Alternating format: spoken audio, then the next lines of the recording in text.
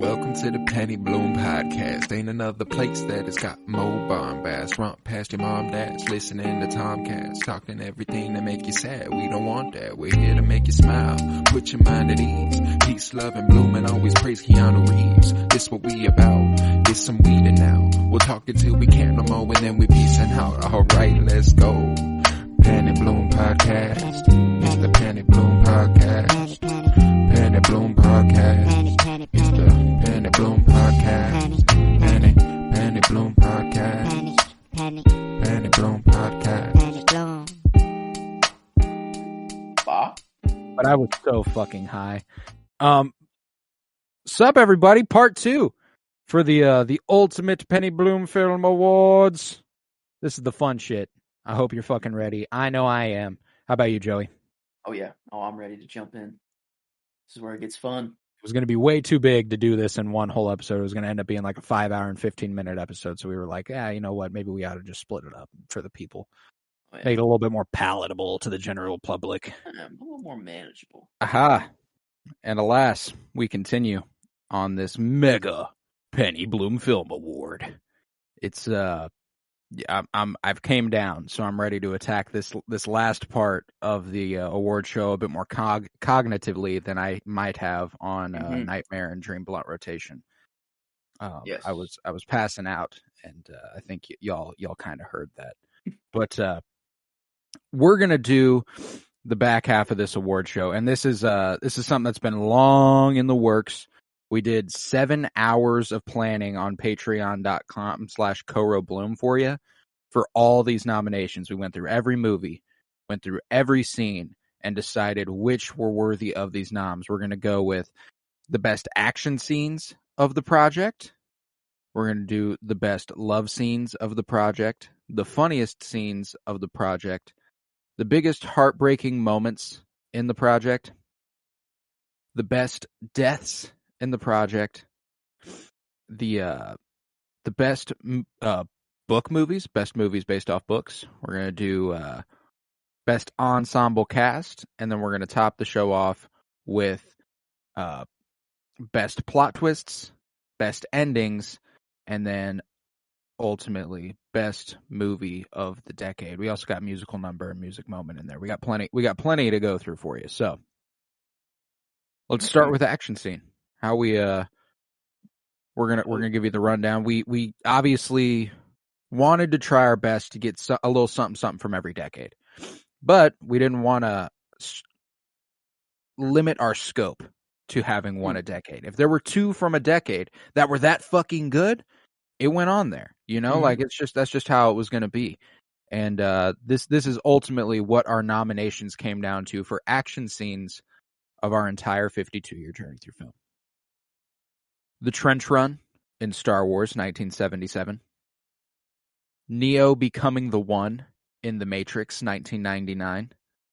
Morpheus versus Neo in The Dojo, The Matrix 1999. Saving Morpheus, The Matrix 1999. Beatrix versus O-Ren in Kill Bill Volume 1. That's 2003. And then Evelyn versus Jobu Tupaki and Everything Everywhere All at Once, 2022. So, straight out the gate. Noticed a pattern there a little bit. A little. There's 3. It's a little Matrix heavy here. I don't think that necessarily means that the winner comes from the Matrix. It just obviously means that I think the best action movie on our list is The Matrix. Or, I guess it's either Star Wars, Matrix, Kill Bill, or Everything Everywhere All at Once. Everything Everywhere All at Once gives Matrix a run for his money, I'd say. Here's the best action movie. Everything Everywhere All at Once doesn't happen without The Matrix.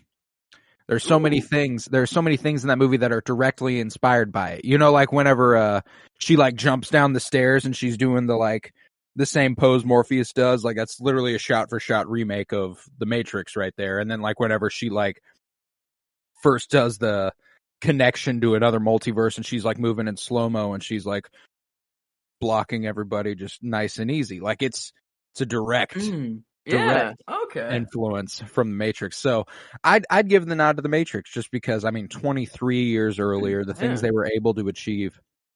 And obviously, this isn't for the best action movie of the decade, but it's worth talking, or of the project, but it's worth talking about because I do think it's the Matrix. It's just too classic of an action movie, and too, like, it's almost the best live action anime of all time, and it doesn't find its basis in anime at all, and which is fucking incredible, you know. Okay.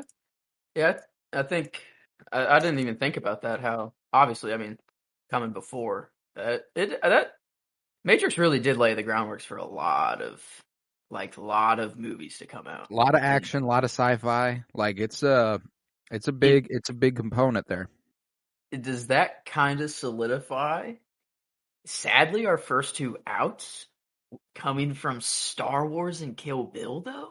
I guess we have to look at the scenes by themselves, is what we're Yes, we doing do. here. We do. So, Yeah, it's not just what the best movie is, because Mm. I'd argue, you know, Beatrix versus O-Ren is probably our first out, but it is a pretty fantastic fight sequence. It really is. It's an incredible action scene, very emotionally riveting. It is the culmination of the movie and stuff. Mhm. Um, and then I could say the same for the trench run in Star Wars. You know what I'm saying? It's the culmination of the film. You know, it's what it's all coming down to. And that was so fucking groundbreaking. You know, for like Yeah. what the Matrix was to Everything Everywhere All at Once, Star Wars was to literally everything else. So like, Star Wars was to Hollywood. yeah, exactly. Yeah, that's true. Okay.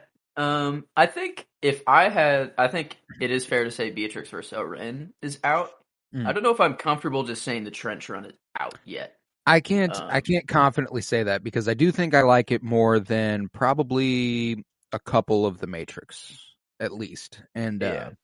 I wonder, okay, if my favorite out of the Matrix ones is Morpheus and Neo in the dojo, but as far as action goes, saving Morpheus is by far the most action that's out.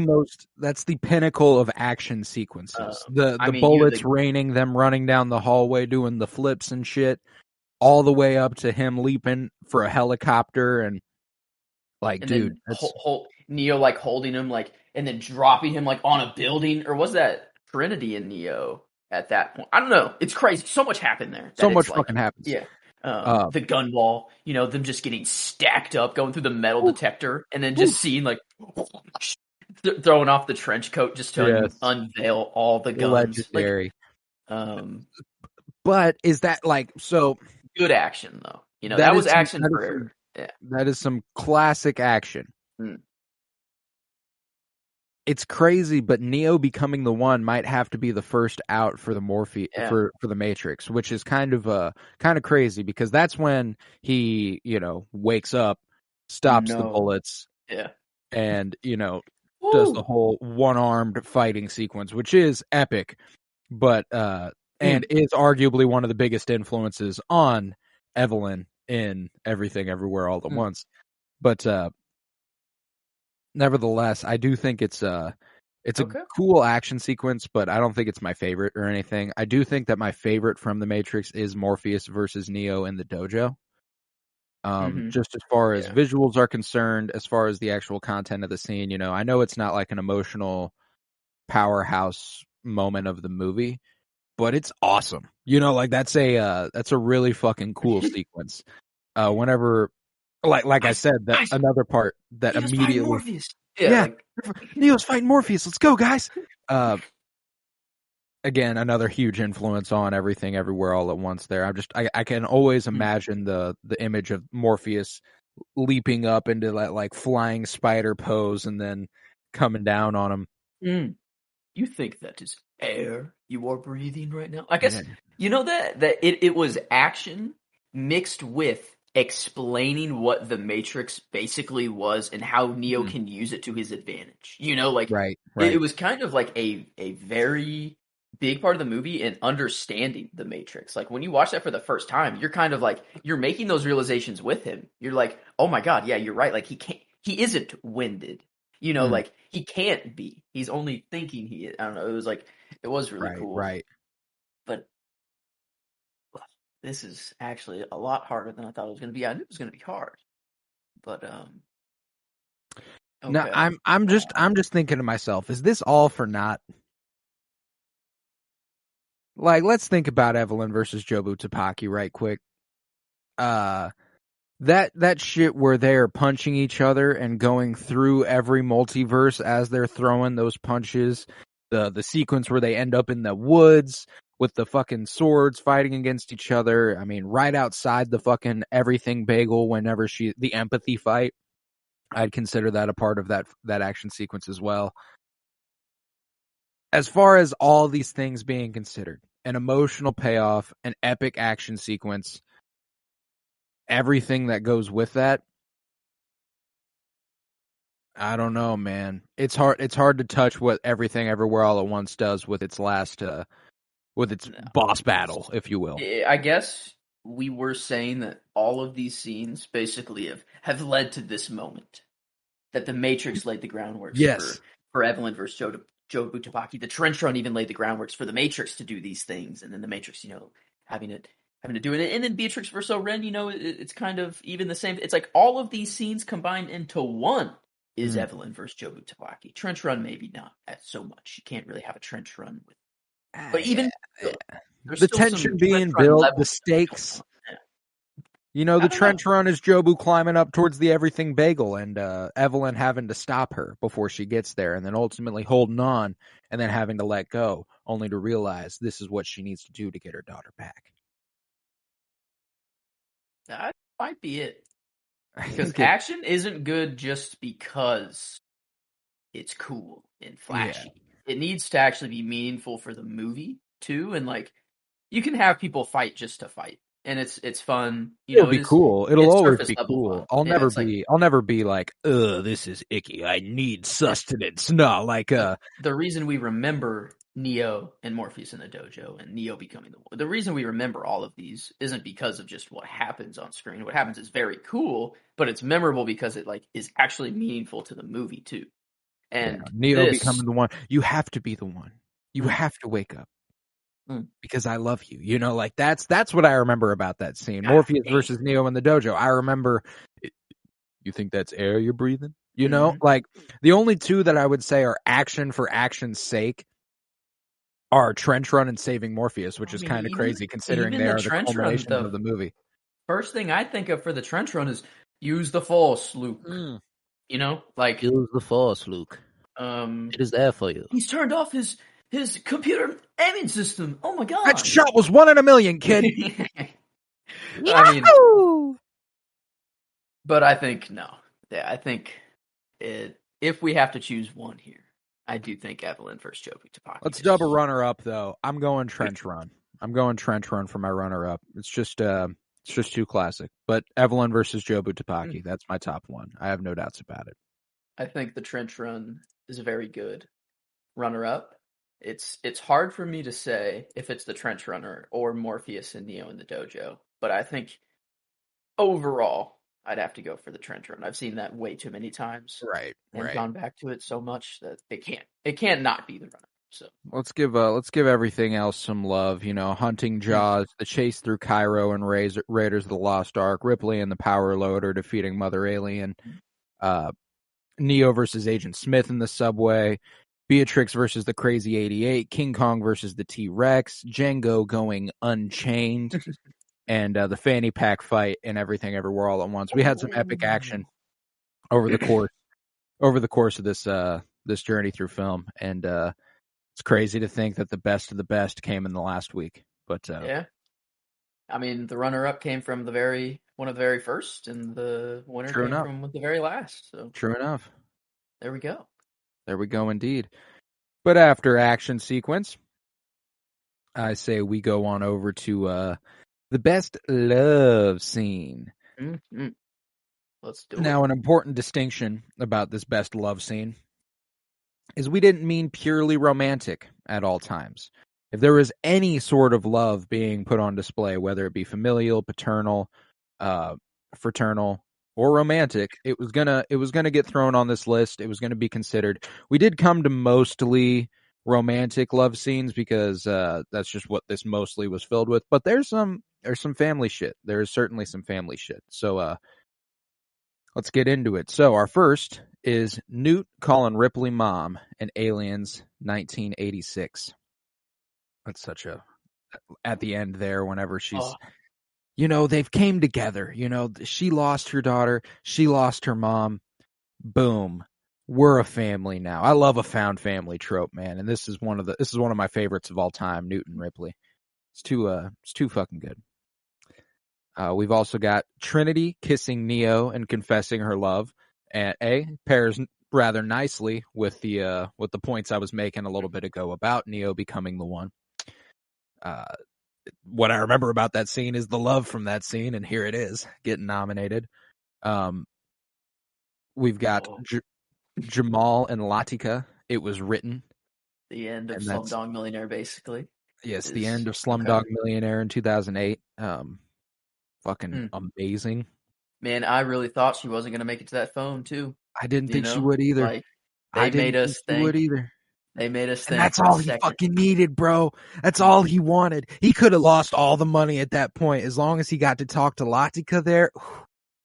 God damn. He didn't even care. Damn, what a movie. He didn't care about the answer. Yeah. What a fucking movie. It was written. But our next is Cooper realizing that they chose Murph over him. This is Interstellar 2014. Just his whole realization that Murph is the one who is the hero of this story, and him realizing that he was just a device to help her get there, and him being so perfectly okay with that. Fucking fantastic.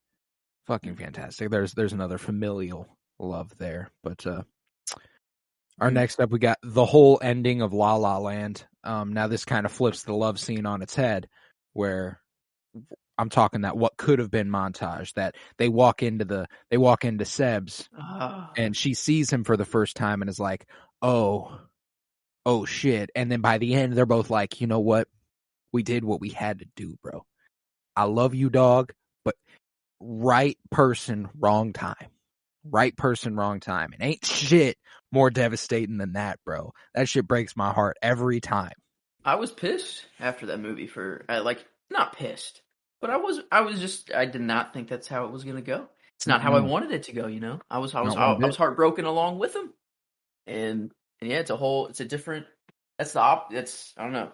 We got a whole spectrum of love on this one, that's for sure. No doubt. And we have two more. Jonathan and Michael hugging after he tells him of his diagnosis in Tick Tick Boom 2021. Oh man, that's like he even said, like Michael even says, like, you look terrible, man. Like right before too, like just to lighten the mood and like just to give it like, dude, like, was it that hug whenever he came up to his door, or was it in the office? Yeah, no, I'm thinking when he came to his door, because this is okay. He didn't react the best in the office. Yeah. He was a little off-putting the way he reacted, a little selfish, and then like he goes and he sings the when I was 9, Michael and I, and then he's like, you know what, I gotta go be with my friend, and he goes back to him, and it's just God, what a fucking movie that is, dude. I absolutely love it. And then our last nominee is Evelyn and Waymond falling in love all over again, and Everything Everywhere All at Once 2022. And this is that moment in Everything Everywhere All at Once where they're standing straight across from each other, and the colorful lights are spinning about their face. They're smiling at each other. Evelyn's realized this is the man she's supposed to be with. He realizes that she's realizing that. And he's just so happy to be there. That's one of my favorite things about Waymond, is that the whole time he's a fucking simp. There's no doubt about it. One Waymond wasn't really, though. The blue suit Waymond, where he's like, I would have liked just to live a life with you in a laundromat. Yeah. Like that Waymond. That Waymond was That dude was a pimp. Yeah, he was That sick. Wayman was clean with it. But that's the thing is that like it's all of them falling in love again. You know, it's like it's not even just in all these other examples, it's just one version of themselves that's doing it. But here you have infinite. It's hard. It's hard to put everything ever all at once against other things because man, that movie's special, man. I can't. My dad, I've talked to my dad about Everything Everywhere All at Once continuously. Like when I told him about this project, I told him how Everything Everywhere All at Once was kind of dominating because it's in every category. It ended up being one of the highest rated movies in our entire project. It's one of the best ever. And he keeps asking me if that's recency bias, and I'm like, Dad, I really, really don't think so. Like it's very genuinely one of the best movies I've ever watched in my life, and you've just got to experience it. It's so fucking good. it is. It's just unlike anything. I don't know. It is tough. I don't know if this one's tough because like really, I think the love part of the movie. I don't know. No, that is definitely probably the pinnacle of love. I was thinking maybe the end, whenever they were all just kind of happy and the kiss at the IRS building. Yeah, that shit's like adorable. them just. I don't know. This one's tough. I think I do have some outs though I can give pretty easily, which is kind of weird to say. The first one that I think of actually going, which is nuts, is in Interstellar. I don't think that's the moment in the movie that is like Love, it's Tars. cute. It is cute. Love. This moment is cute. They're like, it's Murphy Station. He's like, thanks guys. It means a lot to name it after me. And he didn't. It seemed like he even really liked that it was named after him. But then once he heard it was named after his daughter, after Murph, see, the way that I interpret this. You mean in the fourth dimension? In the fourth dimension, whenever he's like, it wasn't for me, it's for her. This whole thing, it's one little girl's bedroom infinitely throughout time. We've got to, like... Okay, that might change some stuff. Because... And Tars being like, and what's the key? He's like, love, Tars, love. It's my love for Murph. It's everything. Brand was right. It's the one thing that transcends space and time. Like, now that I think about it, that one was kind of like Trinity and Neo's love sort of thing. It is a little like there's something different aspects there, but kind of like, you have to, you're the one. I don't know, kind of like just for the love for the other person sort of thing. And like okay, that does change stuff now. I don't know if I can give it the first out immediately though. Now. Maybe I think like new Colin Ripley mom. It's adorable, but it's got to be the first out. I think I don't think it can. And then maybe even Slumdog Millionaire might be the next one. The ones I don't even know what I'm between really here. I think what's crazy is my top 3. I think are Evelyn and Wayman, Jonathan and Michael, okay, and Jamal and Latika. My thing was that the core comparison I think that has to be made for Slumdog Millionaire is the ending of La La Land, because it's the opposite. True. The whole movie, it didn't look like things were gonna work out, and then they ultimately did, versus it looked like things were going to work out and then they ultimately didn't. In which you value more. Because I think the payoff of the end of Slumdog Millionaire is fucking crazy. I think La La Land, was a great story to tell, and it was a great storytelling device for them to not end up together. But man, there's something to be said for the classic. He chased her down at the train station, and they embraced, they kissed, they ran off with their money, and they lived happily ever after. There's something special about that. You knew. you knew from the moment that like he won that like, and then you saw him in the train, like it's like you saw him in the train station. You're like, okay, like it's like you knew what was gonna happen. You know, I don't know. It's like even knowing what was gonna happen, it just made it even better. It's like, this is literally exactly what I would want to happen here. Like it's fulfilling everything out of the movie, and then it just ends with an epic dance number too, out of nowhere. Oh, fuck Like yeah. you're crying your ass off, and then it's like, all right, J-Ho, Yeah. and then just going off. But Fuck yeah. you know what? Okay, fair enough. I'd say my And top I three. don't necessarily want to ask what are the best scenes, you know, because if we are asking that, I think that like as far as like quality storytelling is concerned, La La Land's kind of hard to beat here. But I wanted to approach this back half from more of a place of favoritism rather than objectivity, because you know the whole first half of the award show was pretty objective. Let's loosen it up a little bit, you know. Okay. Then if it's favorites, my top three is probably Trinity and Neo, Cooper and Murph, and Evelyn and Wayman. Is probably my top three if I had to pick favorites. All right. So And we got a wide selection. well, I mean here. that does leave us with one overlap. That overlapped, yeah. Oops. Yeah, you know, I think oh.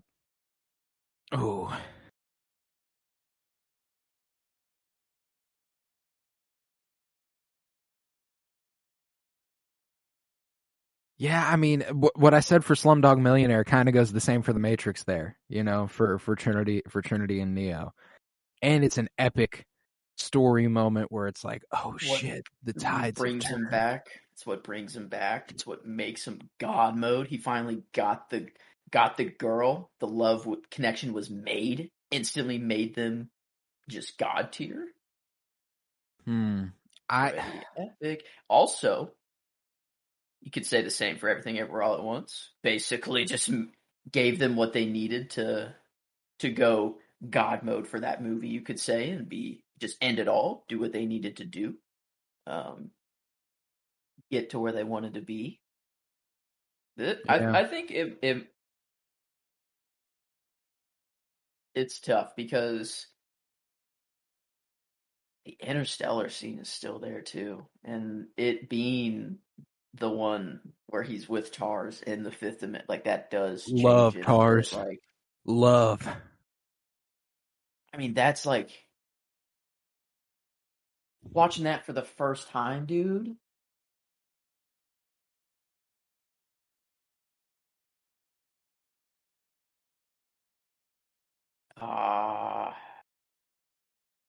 This is actually really hard. This one's really hard. I think I'm now between two, and they are Trinity kissing Neo and Cooper and Murph. Okay, thank you. Because that's what I was going to say. I didn't want to put Evelyn and Wayman off, but like I think actually The Matrix and Interstellar have the stronger moments here, favorites wise too. Like out of my favorites, because this is what I like out of these movies way more. And like I think I liked the Evelyn and Jobu Tupaki storyline. I mean, the Wayman and Evelyn storyline was not bad at all. Like, I'm not saying that, but like that's the stronger part of the storyline. I think is the other side of the movie. But now picking between The Matrix or Interstellar, a father-daughter. I don't think it could be more fitting of this podcast than for the ultimate love scene of this show. There's a couple layers here. We got Keanu Reeves in one of them. And obviously our thing is our slogan and the theme song is peace, love, and bloom, and always praise Keanu Reeves. Do we make ourselves the hypocrites and go with love, Tars? Love. I don't think we can. I think it just solidifies it as the honorable mention, I think it does as the too. runner-up. I think it does too. Because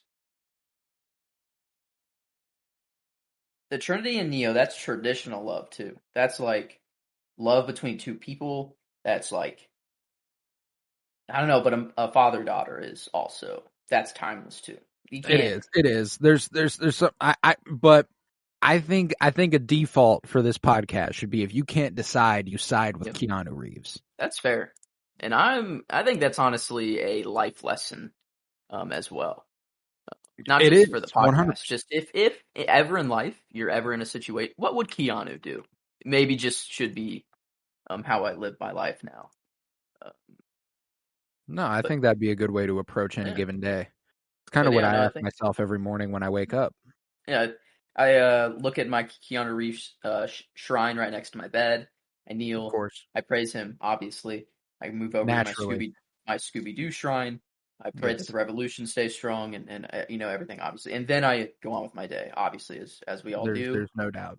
But yeah, no, I think this is surprising, because at first I was like, okay, the ones that I think we're going to be between is like Newton Ripley and the ending of La La Land and like the I don't know, critically, I guess, more lovey, and heart-strungy ones. But then we just were like, nah, dude. Nah, fuck it. Let's have some some fun. fun. Just too good. Yeah. Okay. There we go.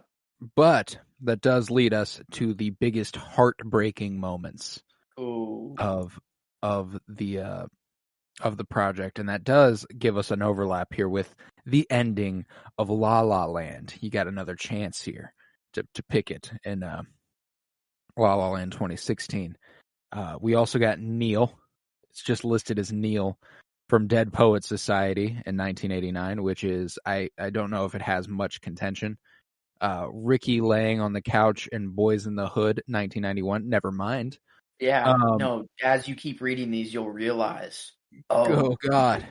Cooper watching the videos in Interstellar 2014, sobbing up in the space station. The ending of Tick Tick Boom. Brooks' death in the Shawshank Redemption, and Kong falling off the Empire State Building in King Kong 2005. And what's nuts is the first one out has to be King Kong. Yep. I think the main reason we put it on there was because it was the first ever scene that made me cry in anything ever. I remember watching it with my sister. My sister was obsessed with King Kong, and she was like, "You need to watch this movie. Like, you need to watch this." And I remember I cried, and it was the first time I've ever cried in a movie, and it was in front of someone else too. It wasn't even by myself. It was I don't know.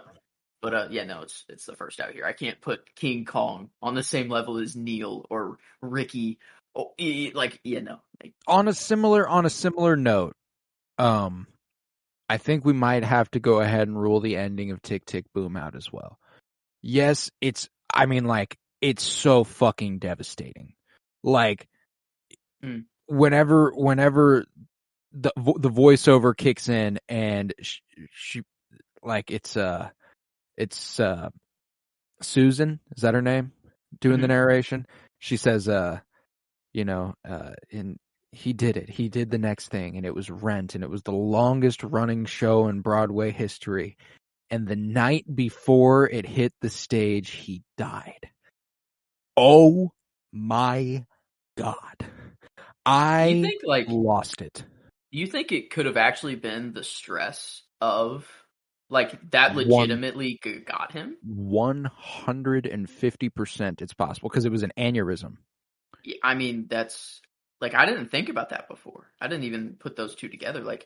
It's probably, he was like, holy shit, this is, that's not a coincidence, I don't think. No, the night before. Not. Well, yeah, it's a brain aneurysm. Those can be random, obviously, but they are very commonly stress induced.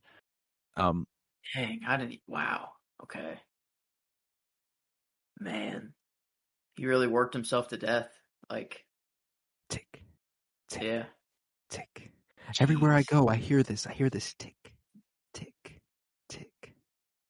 Oh man. And then the fucking when he's singing louder than words, and then they cut to him at the birthday party, and he flashes the little smile, and then it's like, oh my god, I And the can't. home video too style, so it's like Yeah, the kind of the real part, you know. It's like, oh shit, man. never mind, it's back in contention. So the only one we have out is Calm as of so far. Okay, the other one has to be the ending of La La Land. Yeah, that fucks me up every time, no doubt. But I can't confidently compare it to some of the to the like straight up just like serious sobs that I'm doing at other points that aren't like there's no upside to a lot of these. You know, Neil's suicide, Ricky's homicide. Really, this is a competition between those two. If we're being for real. Yeah. And Brooke's death in the middle of the Shawshank Redemption just absolutely kills me. This one is, I think it's just Neil. It's the whole movie. Yeah. It's the culmination. It's he was whenever I watched it for the first time, like he was just like such a shining light for all the kids at that school too, and then like for him to be the one who commits suicide, man. There's something about a mother screaming. Hearing screams. I guess no, we did hear screams with Neil too. That's the thing. Is that there were screams. Like whenever Kurtwood Smith runs in and he's like, "No, my son, no!" And then the mother, I think, screamed. Yeah, I think you hear the okay. mother scream. He'll be okay. He's gonna be okay. Oh, that's right. The complete denial she was in. Yeah, like that's a different kind of thing. Here's my thing. Ricky's is kind of it's like a the point of it in the movie is a seemingly pointless tragedy. Like it just happens out here, which has its own level of sad no matter how you spin it. They really they let you sit there with it though. The camera just sat there in the living room and just you heard screaming, crying, just like, oh my, that's tough. Like, this one is tough. Because like Cooper watching the videos of Interstellar, yes, I bawl my eyes out when I see this, but it's more of like a happy cry almost, you know. It is very sad, but it's like, okay, he's seen his kids, and it's like it's fulfilling in some way, you know. No, yeah, don't get me wrong. I don't think it's on the level of Neil and Ricky as far as heartbreak is concerned. But I don't get a lot of redemption out of that either. Like I get mostly like, true. Oh no, he was gone for 3 hours and his children grew up. Like that's fair. That's a level you're just like, that's so sad. It's not this, because at least his children grew up. Yeah, that's true. That's the difference here. You know what I'm saying? Man, and when Murph is like, you know, when you left, you said that we might be the same age one day, you know, and like made that realization, and she's like, today is that day. Yep, I am the age you were when you left. And dude, yeah, but these, I mean, that's the thing. These all do suck. There's a reason they are the top nominations of every movie that we have. Man, I don't know. I think it's like right now what I'm doing is I'm looking at everyone and I'm seeing if it beats Neil. Like, and the only one to give me trouble is Ricky. Really. Yeah. It's no doubt those are the two contenders here. And I can't confidently put one above the other. I think that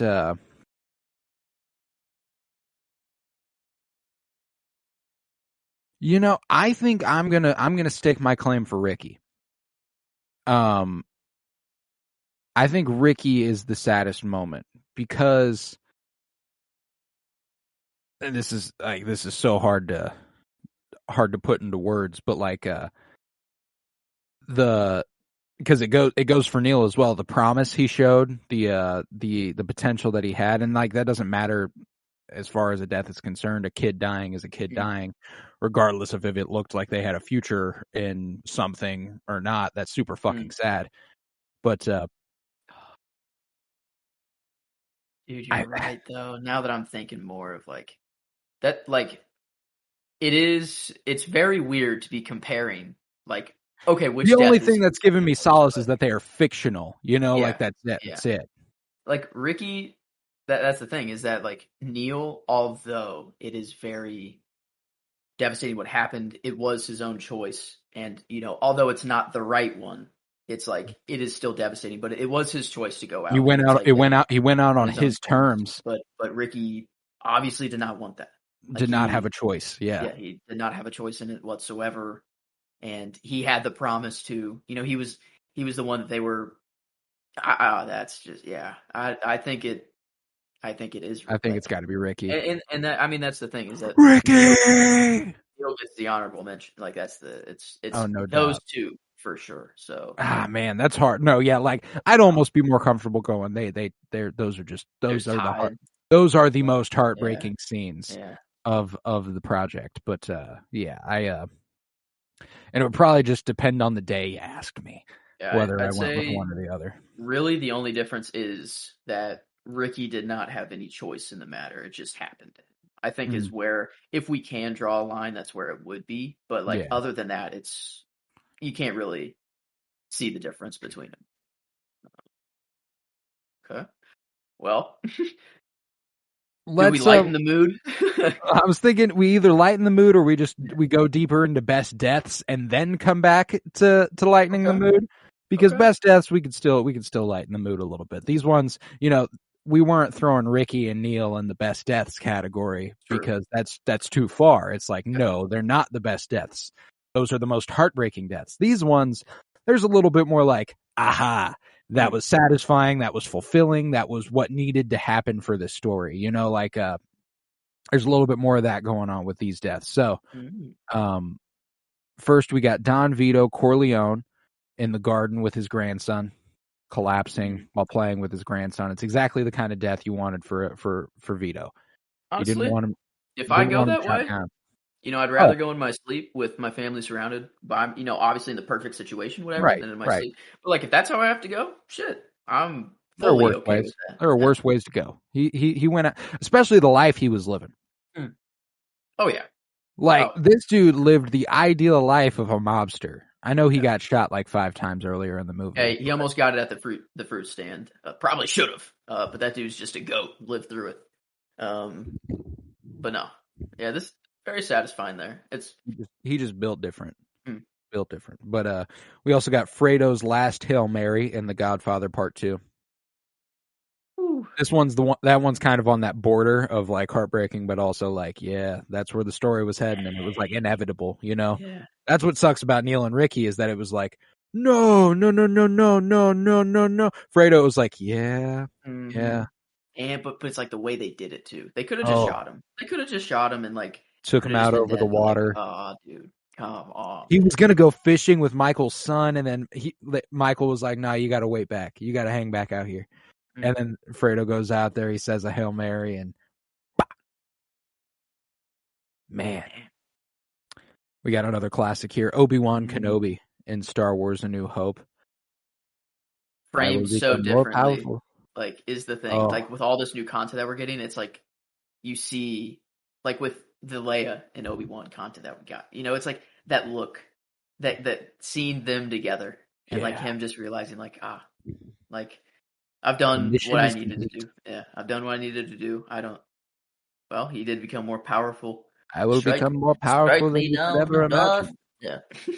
Strike me down, Darth. That's what a class. Just an iconic character. And at first you're watching that, you're like, man, wow, what a shitty death, honestly. Like, at first you're kind of like, man, that kind of sucked. That was just, really, that's how Obi-Wan goes out. But then, like, as you learn all more about Star Wars, it gets better and better and better. Because really I'd say at first, like, you watch that in the theater, maybe you're just like, okay, Darth Vader's just that dude, and he just accepted his fate. But it might just be kind of like, really? That's how he went out? But I guess Obi-Wan wasn't old. He was old as fuck, and like it wasn't. I guess I don't know. No, well, there's also to consider that the reason it's kind of unfulfilling for kids who have the prequel trilogy is because you watch Obi-Wan be a legend for 3 fucking movies, and then he dies halfway through the 4th one, and you're like, wait, and it's just like that?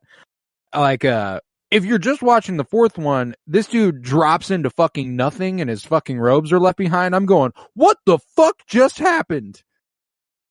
That's fair. Yeah, you meet this crazy old dude the first time you meet him on screen. He just goes, oh, what?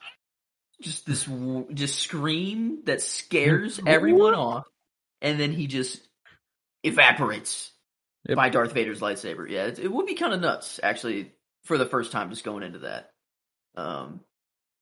But okay, yeah, wow, it's quite the death there. There's a lot of layers to that one. There is indeed. That's 3 70s nominations here, by the way. That's nuts. A lot of good deaths in the 70s, but we also got in the 90s, John Doe shot 7 times in the movie 7, 1995 by Brad Pitt. Shot by Brad Pitt. The movie's not by Brad Pitt. He's in it, though. What's in the box? What's in the box? And that's so rewarding because you know that like the point of the movie is for him to not do that. But when you get there, you go, you have to do that. Mm-hmm. Like you have to shoot this motherfucker. Even though he's giving him exactly what he wants and making him the 7th victim, writing everything perfectly for him. You know, he's going to go down in fame, in history for this. I am 100. I would have done the exact same thing. I would like to say I could have the moral high ground to lock him up in a cell and have him rot forever, but I'm sorry. If I find my wife's head in the box and the killer's that's right that's there, the way Morgan Freeman reacts. That's the way Morgan Freeman reacts. You know, he's like you don't want to look. You don't want to look in here, bro. You don't want to do. He's like, what's in the box? And he's like, nah, bro. No, bro. You don't want to know that. And you know, he goes ahead and does it. And then he's like, if he needs anything, you fucking let me know, because absolutely the fuck not, homie. That would not. That's not something I'd be much far off from doing. But that is yeah. We gotta look. Yeah, there's something about that that's different. I like that one a lot. But we got Maximus and Gladiator. That's giving a pretty out his last one. 2 orders. The last orders, restoring the democracy, the republic that Aurelius set up, Marcus Aurelius. And then him feeling the reeds. Yes, meeting his family again. Going to find his wife and child. Oh yeah, that's a good one. We've got Bill's 5-finger heart explosion technique in Kill Bill Volume 2. What a way to end that, man! Like legendary shit. Ultimate. Yeah, that's we've nothing also he could have done. No, not at all. Not steps to his fate. Yep, he knew what was happening. He was like, it reminds me of the end of Black Panther whenever T'Challa stabs Killmonger through the stomach, and he's like, hell of a move. You know, he's like, damn, you really got my ass with that one. Honestly, you can't even be mad, man. Damn. He's like, God damn, man, that was crazy, dope. But did they get that on? You have like security cameras down here? Like, yeah, you ought to add that to the highlight reel, homie. Yeah, add that to my, what was the football thing? Huddle. Yeah, add that to my huddle reel, man. But the last one is Frank Lucas killing Tango in cold blood in the middle of the street. Man, a lot of different types of deaths here. We got like Obi-Wan, which is like a self, like, okay, sacrifice play sort of thing. You got the John Doe, like, giving the killer exactly what he wants, but also, like, it's the culmination of the movie. And then, like, Frank killing, like, there's so many different types of death. Yeah, there's a wide range here, you know. I kind of consider Maximus and Vito's kind of in the same realm. You know, like, they're like, and really Obi-Wan, you know, like. Yeah. They went how they wanted to go. Yeah, they did. They did not the way exactly how they envisioned it, but they were very fulfilled at the very end. Yeah, of they their did. life. They did everything they needed to do with their life, and they went down. I look at Bill's and Fredo's, and it's more in the and Bill, John Doe, and Fredo, and it's more of the same. Where it's like, yeah, this is always where that was headed. This is what you thought this movie was heading towards kind of the whole time. It was kind of an inevitability. It's just kind of how they pull it off that makes it the most satisfying. And then Frank killing Tango is kind of singular. Ain't nothing like that. Homie just walked up to him and popped his ass. Walked right back in the diner, sat down like nothing happened to. What was that talking about? Poured a little sugar in his little more sugar, even though he already poured like half that sugar in there beforehand. Yeah, like when he was talking to those guys before. Frank's that was badass. I don't know. Frank's different. Surprisingly, I think my top 3. I don't even think Obi-Wan's in there. I think it's John Doe, Frank, and Maximus. Okay, I fuck with that. My top 3 were John Doe, Maximus, and Obi-Wan, with Frank hovering right outside. That was my 4th. If I were to go to a 4th, it would be Obi-Wan. But my top 2 is John Doe and Maximus. I think that's for sure. Those are the 2 I went to. Like, okay, these deaths. You have one hand on one that's very satisfying, very like he got. He's very happy. He's with his family. He gave his last 2 orders out that restored order. It was all beautiful. Killed Commodus is dead, laying over on the ground, just like trash. It was awesome. Like, ooh. But then on the other hand, you have like, no, I don't want him to do this, but at the same time, god damn, I want him to blast his face off. Yeah, I want him to. You have no choice in the matter. And it being 7 bullets, him becoming the 7th. It's like the whole movie's coming together right there. It reminds me of this, the Sopranos in episode. I think it's like episode 5. It's called like College or something. It's whenever Tony's taking Meadow on tours of colleges, and while he's up there, he finds a rat, and he takes it upon himself to strangle him to death. There was this argument that David Chase had, the showrunner for The Sopranos, had with executives at HBO who were like, he shouldn't do this. Like, we shouldn't put this on screen. And David Chase was like, no, he literally has to, or the audience will not respect him. Like, as far as the principles of Tony Soprano and what this show has put forth for people, he has to kill this guy here, or else it's unforgivable. And I kind of view the same thing happening with Brad Pitt in 7, where it's like, oh, you gotta kill this guy. You can't not. I know it's what he wants, but you have to do it. Dude was dead anyways. That's the thing. Yep. Is like, he's either dead in prison or he's getting the death sentence. Like, wait, what state? Were they in New York? This man's fucking dead. He's dead. Well, yeah. But this is how he had to go right here. Yeah. This is 7 shots. Yeah. The Brad Pitt was the only one who could have killed him there. That's the only guy who would have been satisfied killing him.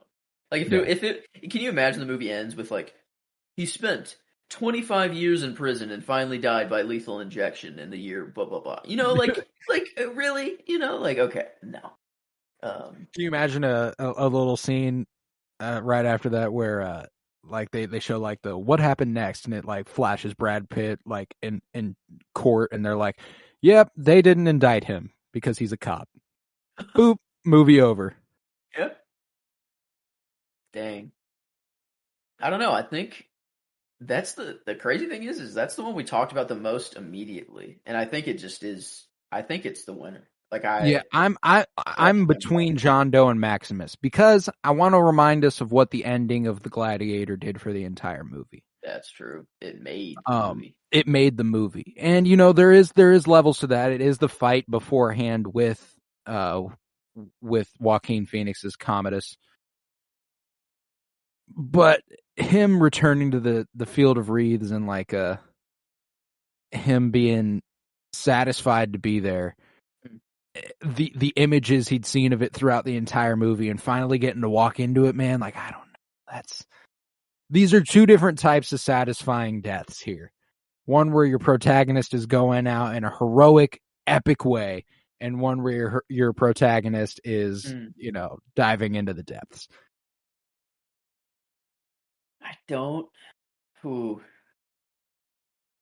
Because if you take that out of the movie, Gladiator is not the movie that it is. And that is, I guess You could you say the take same for John Seven, Doe. though. Yeah, that's fair. It really did wrap the movie up completely. Like, the movie I was think you're good. right. I was just trying to give Maximus a run for his money. But that's the thing. He's 2 in the whole thing. Like, he's above Don Vito. He's above Obi-Wan Kenobi. He's above Frank killing Hank. Like, that's the thing. Is that if it's kind of like the Nealon and Ricky sort of thing. It's like Yeah, depending on what day you ask me, if they're I'm more 1-2 in it. though. They're Yeah. 1-2. Yeah. So, All right. Well, then, best death of the project goes to John Doe, getting shot 7 times. It's what we longed for. It's what we needed. It's what we got. But that brings us to a lighter side of things, and the funniest scene of the 52-year journey through film. And these are all pretty fucking outstanding. We start in the 90s with Goodfellas. Am I funny? Am I funny like a clown? What do you think I'm fucking funny? No, it's the way you say that. You're a funny guy. Oh, funny like a clown? I'm supposed to amuse you? Is that what it is? Fucking love Joe Pesci in that. Outstanding. Who was comedy. Joe Pesci talking to? Was it Ray Liotta? Ray Liotta. That's Hank Hill. Thank you.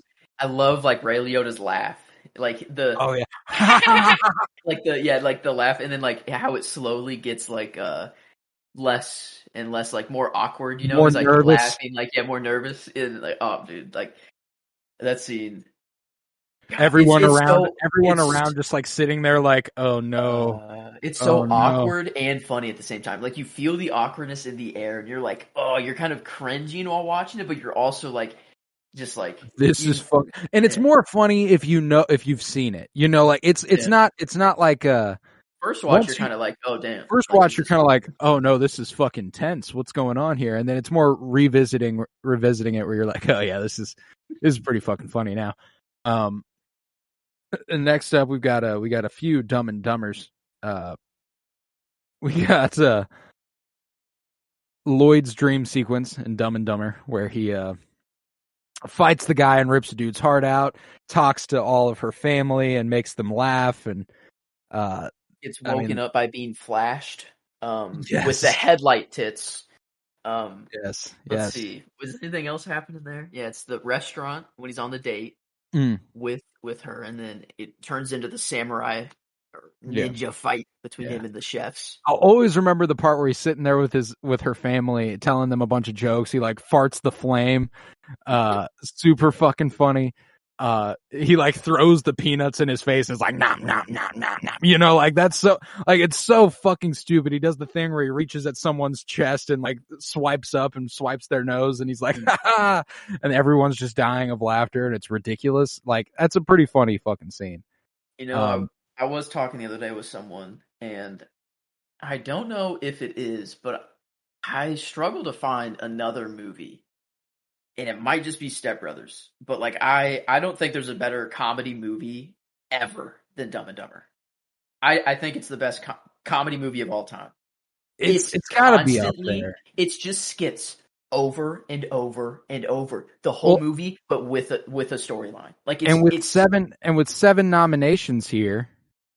Yeah, it has 3. It has 3 of them. Almost had more, I think, as well. Oh, it easily could have had more. We just our pets' heads are falling off. Got eliminated. Our pets' heads are falling off. But we do have some pretty fucking funny ones here. We got Harry versus Mary snow fight, where Harry just beams Mary with the fucking snowball and then like, holds her face down in the snow. Too. I mean, they are like so close to each other when he throws that at her face. Like, I mean, loads back to. You're like, holy shit. And then just, oh man. God. Dude, it's such a fucking funny movie. And then the last Dumb and Dumber nod is the cop drinking Lloyd's piss out of the beer bottle. Get the hell out of here!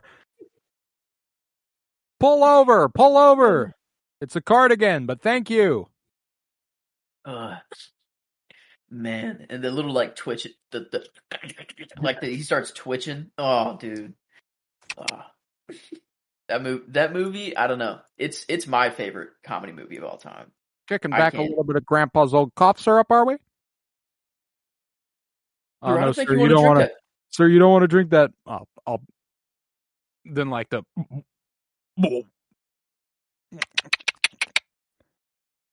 The hell out of here! Fucking Didn't even. legendary. That's the thing. Didn't even want to bring him into the station because then he'd have to explain everything that happened. You know, everyone would know what would happen. You know, had to Exactly. just let him go. Exactly. Couldn't do anything else. Gosh, and this category is just dominated by 90s. 5 from the 90s, with the last 90s one being from Pulp Fiction. Ah, man, I shot Marvin in the face. Is that the only thing from Pulp Fiction that has a nomination? Yeah, I think so. Maybe monologue. I Ensemble think he cast. had a nomination for his It got monologue, but I think we eliminated it. it ended up getting nom for ensemble cast. Okay, and fair enough. That's really the only two things I can't take out of Pulp Fiction is like, yeah, the cast was cool, and this moment was pretty funny.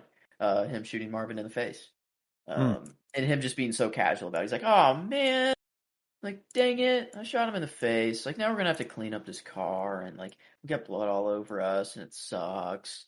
Yeah, no, this. I don't know. I remember, like, I think it was kind of the only time in the movie. This made me actually laugh out loud the first time It's I the saw it. it's the only enjoyable part of the movie in and of itself, you know, like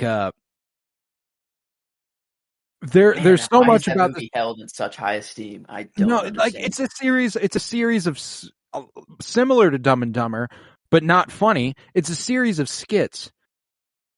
But some of them aren't funny. It's just a scene where nothing comes of it and everything's just happening and you're kind of like, "Oh my god." It's like all Okay. out of time to give you a twist that they're all in the restaurant at the same time. You know, it's like maybe that was maybe another nom that I got, that plot twist there. All of them but I think it got eliminated even. That too. So like, it's like the payoff wasn't even really that cool. You know, it's like, No. I don't know, but at least shooting Marvin in the face was funny. Sorry to Marvin. Oh man. Oh man, I shot Marvin in the face. Yeah, poor Marvin. Marvin actually played the guy who played Marvin went on to play like the Pike boss in the Book of Boba Fett. The guy who was like who like ran the criminal syndicate. No shit. Yeah. Wow, what a through line there. Yeah. From backseat head exploding to Pike boss. Yeah, Phil Lamar, bunch of voice acting, very talented guy. But sick. As far as we got a couple more though too. I forgot. Jonah Hill in The Wolf of Wall Street. Leonardo DiCaprio being like, so I hear these things, you know, I hear things. It's kind of, you know, like you married your cousin or something. Did you marry your cousin? He's like, nah. I mean, yeah, so I married my cousin. Yeah, I did. Oh, no, but like, aren't you concerned? No, you know, I mean, like, she a second cousin or anything? I mean, so her father is my mother's brother. And we grew up together and all my friends were always hitting on her and stuff. And I was like, I mean, if anybody's going to fuck my cousin, it's going to be me. She grew up hot. If anyone's going to fuck my cousin, it's going to be me. The way he just denies it at first, but then immediately goes into explaining exactly what it is. Yeah. He's like, no. I mean, yeah. Like, yeah. No, of course not. But yeah, no, I fucked my cousin. Yeah, no, I mean, she grew up hot. Of course, you're gonna fuck my cousin. Literally fucking ridiculous. And it's just the teeth so too. His teeth, his like the voice. It's everything. You know, like man, that definitely I think we said like it's the funniest moment of the movie. Oh, no doubt. And I don't know. I was thinking Dumb and Dumber was gonna be like the ones I was between, but that one gives every scene a run for its money. That's actually strong. Okay. And we do have one more. It's Raccacoonie and Everything Everywhere All at Once. And there are a couple ways we could take this. It could be the she's seen too much, and then he like controls him to try and kill her, or it could be whenever they're sitting out on the curb. Yeah. Yeah, Like that one's also really moving, which is kind of Yeah. crazy because he is doing the most absurd, ugly cry you've ever seen in your life where he's like, he was my everything. He was my best friend. He taught me everything I know. Before him, I didn't even know how to boil an egg. You had Raccacoonie in the back of the truck in the cage, like, no! Like, as the truck's just, like, leaving, and then Evelyn literally chucking him onto the truck to get him back. Oh, dude. Her jumping up on his shoulders and doing it like it's Raccacoonie. Fucking legendary shit, man. That one has a lot more going for it besides comedy, though. I think it will have to be our first out, but it is so funny. It's so funny. Okay. I think it's actually between it's going to be between Donnie Azoff and probably one of the Dumb and Dumber ones, but I don't know which one of the Dumb and Dumber ones I want to choose yet. I think my gut goes to the cop drinking Lloyd's piss. And it is kind of early on in the movie too. Yeah. Well, and it's coming straight off of that scene where Jim Carrey actually finesses the dudes at the diner and puts everything they ordered on their tab. That's okay. Yeah, okay. It's pretty fucking funny. That's the one out of Dumb and Dumber. So is it piss beer or nah? Fuck yeah. Well, what's even crazier is I think immediately following this sequence is the dream sequence. Like it's a chunk of the movie in the middle that's just fucking nuts. That's just, oh my god, I can't stop laughing. Yeah. Oh man, I shot Marvin in the face. What the fuck did you do that for? I mean, I didn't mean to do it. The way that they're so just it's like an inconvenience. It's like man, I shot Marvin in the face. Oh.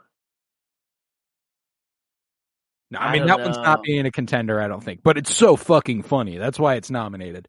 I don't know, man. Donnie Azoff's is pretty good. Donnie Azoff's is pretty fucking funny. Like, as far as funny scene, just singular scene, I think it goes to Donnie Azoff. But like, Dumb and Dumber is just a funnier movie than Wolf of Wall Street. Oh yeah. Like I can like Dumb and Dumber is just that funny the whole time. Is what Dumb and Dumber is. And there's like even more scenes from Dumb and Dumber that you can pick. Like just small little things like him having the extra pair of gloves. Like, oh yeah, you want this extra pair of gloves? And then like, or him pissing on him and being like, nah, just go, man. Like they're freezing, he just pisses on him. Like there's so many moments in that movie. Them getting their suits. We landed on the moon. That's great. You know, like he like just learning about the moon landing. Yeah. You see, like it's a newspaper that's framed as like in a historic bar too, and he's like, landed on the moon, you know, and as he's just walking, like, oh my god, yeah, when he fucking kills the birds at the gala. Yeah, the endangered, like, and the way that they're like, these guys are perfect, they're flawless, they execute how are they doing this? You know what? They're everywhere. They know everything. You know, to the gas, man. How do they know I have gas? Oh man, they're so dumb that they're just genius. Mock, yeah, ing, yeah, bird, yeah, yeah. One of the most annoying sound of all time. One of the most annoying noise of all time. And he just starts screaming like at the top of his lungs, like. Putting the rat poison instead of his medicine, or giving him rat poison instead of his medicine to kill the dude, you know, because he's having that reaction to the pepper, all the hot peppers that he ate. Yes. I think you're right, though. I think you're right. I do think this goes to Donnie Azoff. I think it does. It's the funniest scene. It's the funniest scene. You know, and I think another thing we can give Martin Scorsese a little credit for is 2 of these are Martin Scorsese directed scenes. The Goodfellas and the Wolf of Wall Street one, because he has such a knack for this like super fucking casual comedy that's it's so fucking funny, but it's just so perfectly in character for the characters that play. Yes. So I fuck my cousin. Yeah. I mean, She If goes, anyone's "Wow, gonna fuck my cousin, it's gonna be me. I naturally, mean, I and guess." who can forget Yeah. Ace Ventura Gluck Gluck Spin Master Supreme XL Plus Limited Max featuring the grapefruit Oh, technique? dude. Yeah. Indy shooting the swordsman was pretty good. The Nazi monkey. Who can forget the Nazi monkey? I'm not drunk enough to get on a boat. Yeah. Yeah, so we had some good moments. Shaggy, obviously ripping ass in the vase. Never forget. I'm tired from fucking your wife. How's your mother? She's tired from fucking my father. that out of that movie, that Dingham or Dignam, however you say Dignum. it. He was pretty funny, but Donnie Azoff, no, it takes the cake. I think for the funniest man, I guess of had the funniest moment It was too out of fucking everything. funny, Yeah. man.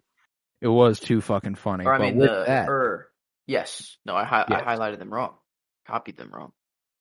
I think we But got it yes. right. I think we got it right. But with that, let's go on to let's do the music stuff. Yeah. We got best Music musical number. number or music? Let's start with musical number and then do music moment. So musical number, we got nothing but Tick Tick Boom. It's a bunch of Tick Tick Boom musical numbers. We got 3090, Boho Days, Sunday, Louder Than Words, Come to Your Senses, Why, and Therapy. So we're basically deciding what Tick Tick Boom song is the best. Oh, and not just that, but the visuals that were provided alongside it, the Or choreography and yes, everything, musical number. dude, fuck. How?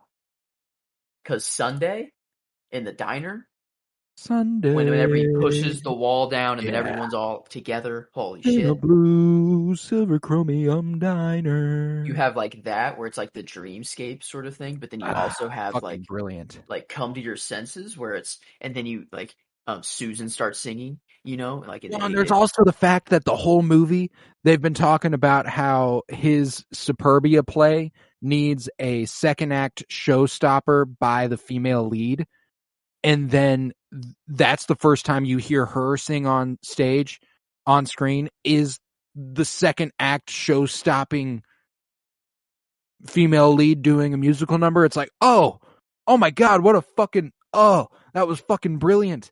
And it's also a little bit of a dreamscape thing because it's happening while he's at the Superbia workshop watching Vanessa Hudgens sing it.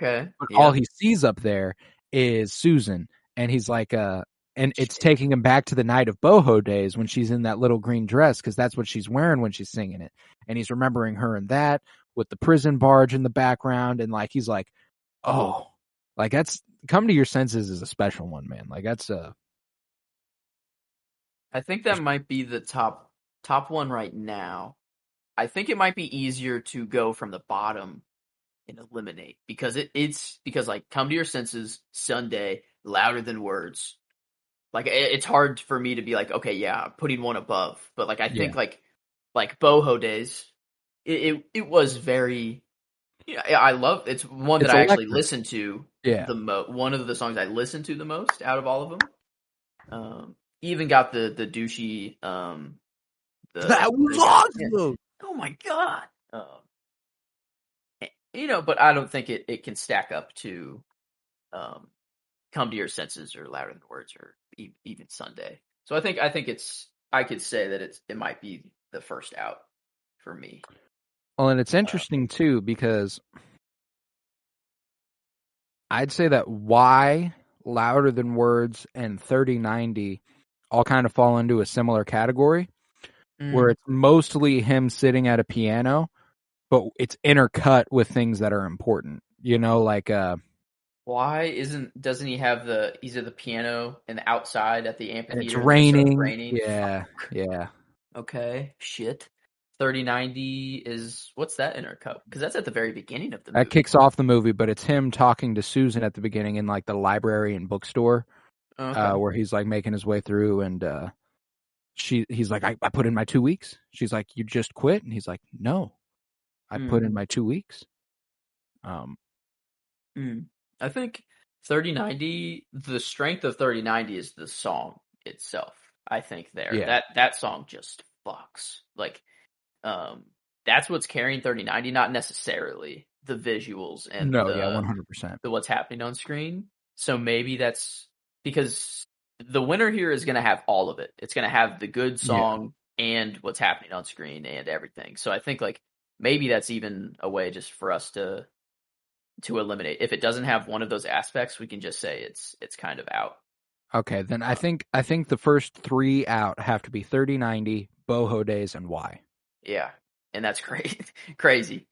But okay, Sunday, Louder Than Words, Come to Your Senses, and Therapy. Because Therapy, that's my sleeper right now, bro. I know, and we didn't have it at first. We put it. We had something else in there. I think we even might have slipped in a La La Land. Yeah.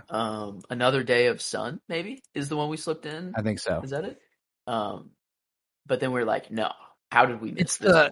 It's the fact that we see Vanessa Hudgens and Andrew Garfield doing this like perfectly choreographed thing going on stage, and it's intercut between this huge fight between Susan and Jonathan, and like the way that he's like he like taps her shoulder when they hug, and she's like, no fucking way. Are you trying to figure out how to write this into a song? And you're like, well, yes. Yes, we're literally watching it play out. Exactly what is happening, and I'm sorry, but yes. I feel bad. You feel bad that I feel bad that you thought I should go drop dead. It's the equivalent of a SoundCloud rapper recording his voicemail of his girl going off on him, or the phone call of his girl going off on him. If I were you and I done what I done, I'd do what you did when I gave you the ring. I haven't said what I said. Yeah, just it's completely like make like facading. Oh, and the like song, the banjo, and like the like upbeat, and it's like it's not upbeat at all. You know, it's like that's the thing is that like they're doing the fake smile thing the whole time they're performing it. Like, yeah.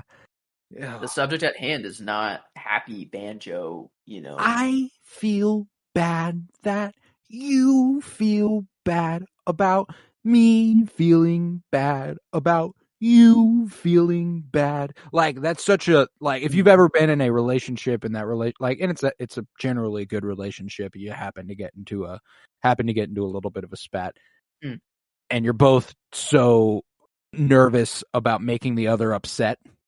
And it's like I feel bad that you feel bad about me feeling bad about you feeling bad. Like that's exactly what that is. Yeah, it's like and they even go into like more. They change it up every now and then. Like every I don't know what they call it. Verse they like switch it. It's like about like what you said about what I said about what you said and how I would react to how you reacted to me reacting of like it's all just like it's all just a convoluted web. And okay, I think my top 3. I think Therapy's in there, but that's the thing is that like the song itself of Therapy, I don't know if it could stack up with the song itself of like Sunday, Louder Than Words, or Come to Your Senses. Yeah, I don't think it stacks up song wise, but meaningfulness of the movie and even what's happening on screen, even though it is very simple, but it is intercut with like the actual relationship, and like Vanessa Hudgens and stuff. Okay. I don't know. Sunday is one of my favorites. That's the one I'm actually like coming back to. Sunday is the pinnacle of musical numbers in this movie. I don't think there's any doubt that it's the winner for me. Okay. Wow. I was wondering if you're on the same page because I was like, because Come to Your Senses is like fucking brilliant. It's a great song and it's so meaningful and it's so moving. But as far as like the musical number part of it, there's nothing as satisfying as the choreography of Sunday in this. And the same thing goes for Louder Than Words. It's like, yeah, it was cool, but there's only so much I can get out of him sitting at the piano, you know? Sunday just, it breaks. It had everything. It breaks the wall. It literally breaks like, fucking fantastic. Sunday. In a blue silver chromium diner. I guess that leaves us selecting one runner-up, though. I'm gonna give my runner-up to Louder Than Words, just because of how much I fucking love that song. You know, like it's Happy birthday to you, and ending with that, like, come on, dude. Bum, bum. Yeah. I love how it is all Tick Tick Boom. Yes. It all had to be. It all had to be. Well, I guess that solidifies Tick Tick Boom as the best musical number movie of our project, without a doubt. Yep, the best musical. The best musical. Yes. Yeah, pretty confidently can say With that, we go on to best music moment, which is less so musical number based and more what the score was doing for us in any given moment. And there's some that kind of break that mold, and you'll see. But we start with Star Wars 1977, Luke looking out over the twin suns with that gorgeous music swell there. What's that song called? Uh-oh. Let's find out. No, I'll be able to find it. I think it might be a good thing to listen to all of these, like, while we talk about them, to put us in the moment. Yeah. Ben's death and TIE fighter attack rescue the princess. Nope. The return home, maybe? The return home. Yep. Is it? No. I don't think. It's fun, but it's that moment where the music swells there as he's looking out over the rescue of the princess.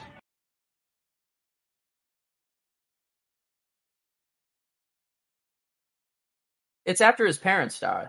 Yeah. It's whenever he returns. It is when he returns home, right? Yeah. It's the return home. But where is it in the song? I can't find the. Like, I'm scrubbing through the song. I can't find, like, the moment. Is that the end, maybe? When he's looking out? No. I don't know. Maybe it's just, like, not actually in the soundtrack. You know, no, it's like. Is. We found this the other day.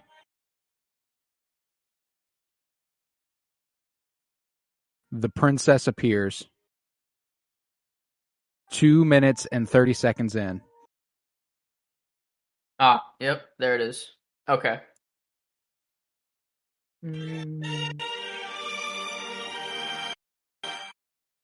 Copyright infringement can come for my ass. I don't care. True. Yep.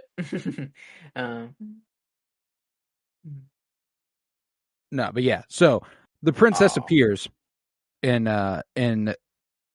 Star Wars when Luke's looking out over the twin suns. We got Indy's hero moment with an audience on looking.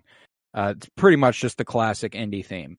Yeah, it is. It is. We couldn't. I remember we looked forever for this one. I think we agreed on this one that it is just his main theme, just put into the part. We couldn't find it in the soundtrack. Like, even though we couldn't even think of exactly what part of the movie it was from. We just knew that he was, like, being seen by people running along something and them cheering, like, yeah. No, it's when he's fighting. He's going on the boat, and there are people on a nearby boat that are like, "Yeah, get their ass, Indy! Yeah, woo!" It might be Cairo, though. The whole city of Cairo being like, "Yeah, Indy's our hero." Like when he's leaving Cairo, maybe. Yeah, man, I don't know. I don't know, but okay. I think that automatically rules it out, though. That's fair enough. We've also got two Italian ladies from Shawshank Redemption. Andy sitting back in the office, just like, yeah, and this is the one that breaks the mold a little bit for what the point of this category is. You know, this is truly a music moment where everyone in the prison bonded for a few minutes over the voices of these two Italian ladies. I'm glad I don't know what they're saying. I like to think that what they're saying is too beautiful for words to comprehend. Like, fucking beautiful. That monologue right there was too beautiful for words to comprehend. Morgan Freeman. Dude just has a way with words. Freeman. But, okay. Some strong moments so far. And next we got when they see the dinosaurs for the first time in Jurassic Park. That's the classic Jurassic Park theme. John Williams. Got 3 John Williams so far, which makes sense. That'll be it. But got some Hans Zimmer. Got a Hans Zimmer next with Interstellar's emergency docking and burning of the crops. This is a pretty classic one here. It's like the most swell too. Like, oh, dude, I gotta find the song on this one. Do not attempt to dock. Do not attempt to... Like, it's like, whoa! Oh, okay. Dude, it's fucking fantastic. Coward? No, Detach, maybe? No, that's when he goes into the black hole. Maybe it's Coward. Yeah. Yeah, Coward starts around 5:13, I think, is whenever it's like starting to build. Yeah. Yeah. Oh, yeah, that's different. Oh, go to like 6:40. Whenever it starts to do this. Oh, Hans Zimmer is something. He's. Oh God! Yeah. I mean, in the what's happening on screen, like you have, I mean, an absolute insane space sequence going on, and then you have Murph back on Earth, like with just a family story too happening at the same time. Like it's like so much is happening here. The score is like, yeah, that's a great fucking music moment, man. That's up there. That's up there. But does leave us with two La La Land options with Planetarium. This is the soundtrack to their first kiss in the planetarium, and Mia and Sebastian's theme. Don't sleep on the planetarium, because that's like the moment in the movie is beautiful. The visuals are, I guess it's more of kind of like, no, it's not a number. I mean, it's like, it's a number without lyrics. Like it's still choreographed. It's still fantastical, but because of its lack of lyrics, I decided we could shoo it into this one. Okay, I'm between Interstellar, Luke,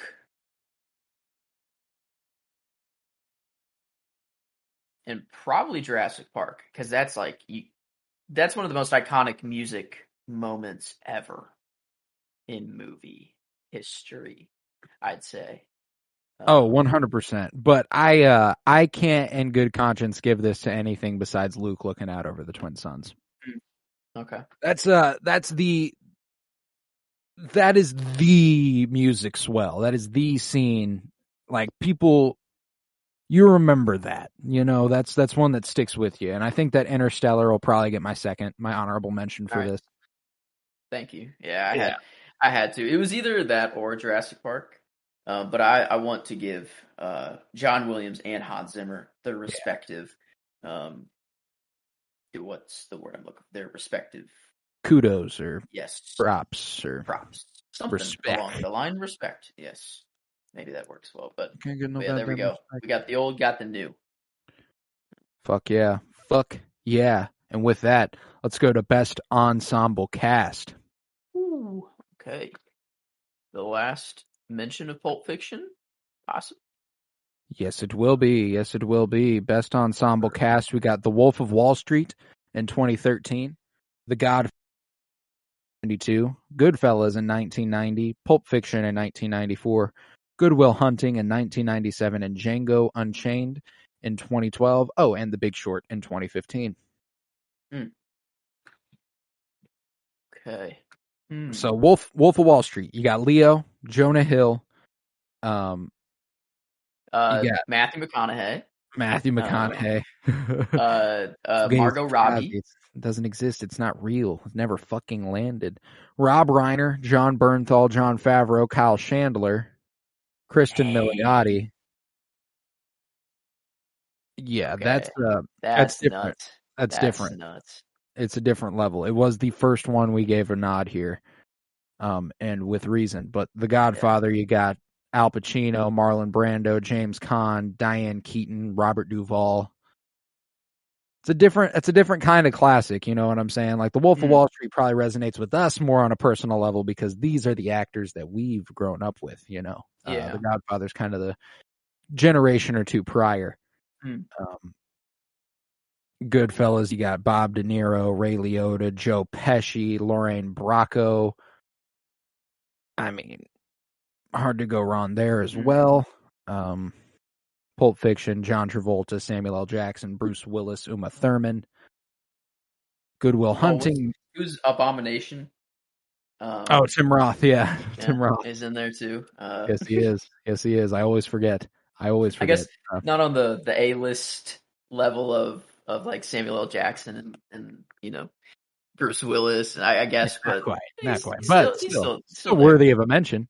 Yeah. Good Will Hunting, Matt Damon, Ben Affleck, Robin Williams, Stellan Skarsgård, Minnie Driver. Pretty crazy cast there. Underrated, I think. Easy to look over in this one.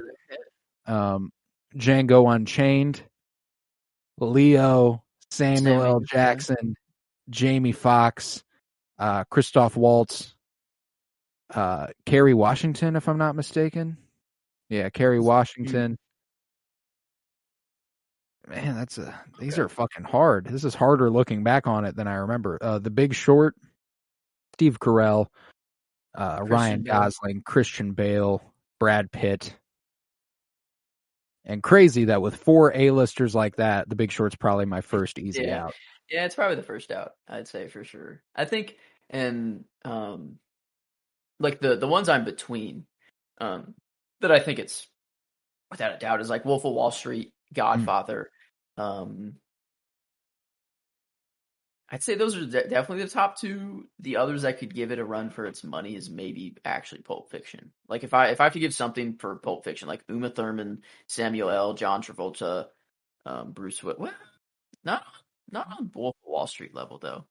Actually, really, even. Nah, but what I think we get the best of both worlds between that Wolf of Wall Street and Pulp Fiction thing is when you cross over into Django. Okay. Leo, Samuel L., Jamie Foxx, Christoph Waltz, and Kerry Washington. The Wolf of Wall Street's nuts, though. Yeah, Wolf of Wall Street's nuts. Leo, Jonah Hill, Matthew McConaughey, Margot Robbie, Rob Reiner, Jon Favreau. It's the one I keep coming back. Yeah, I mean, like, it was the first one we listed. Every time we talked about Best Ensemble Cast, we kept coming back to Wolf of Wall Street. It is Wolf of Wall Street. I have no doubts about it. I think that's okay. I think the more interesting pick here is the runner-up. Like, who is the runner-up here? I think is the more interesting question, because the Wolf of Wall Street for us, I think it's the shoe-in pick here. Just it's what we're growing up with, and this is all favorites too, anyway. So it's like we're probably gonna go with the newer movie that has the most people. But runner-up wise, I think it's between like Godfather, Pulp Fiction, and Django. Yeah. I'm right there with you. I think Godfather. You're looking at that. Marlon Brando, Al Pacino, James Caan, Diane Keaton. That's a crazy top 4. Yeah. Like, that's a crazy top 4 bill. I think it's got to be Godfather for honorable mention. That is fair. I mean, Marlon Brando and Al Pacino alone is kind of enough, like in itself. Like, or maybe even just Marlon Brando by himself. That's all I need, really. All I need out of that is just. I don't need much more than that. Just Marlon Brando. Gives him the nod enough. But okay, yeah, I think no. But Wolf of Wall Street's just different for us, especially. But yes, it is. But with that, let's head to best book movie. Best movie based off a book, and you'll find that a lot of the greatest movies of all time are based off books. The Godfather by Mario Puzo, The Shining by Stephen King, Goodfellas by Nicholas Pileggi, Jurassic Park by Michael Crichton, Shawshank Redemption by Stephen King, Slumdog Millionaire, and Jaws, all based off books.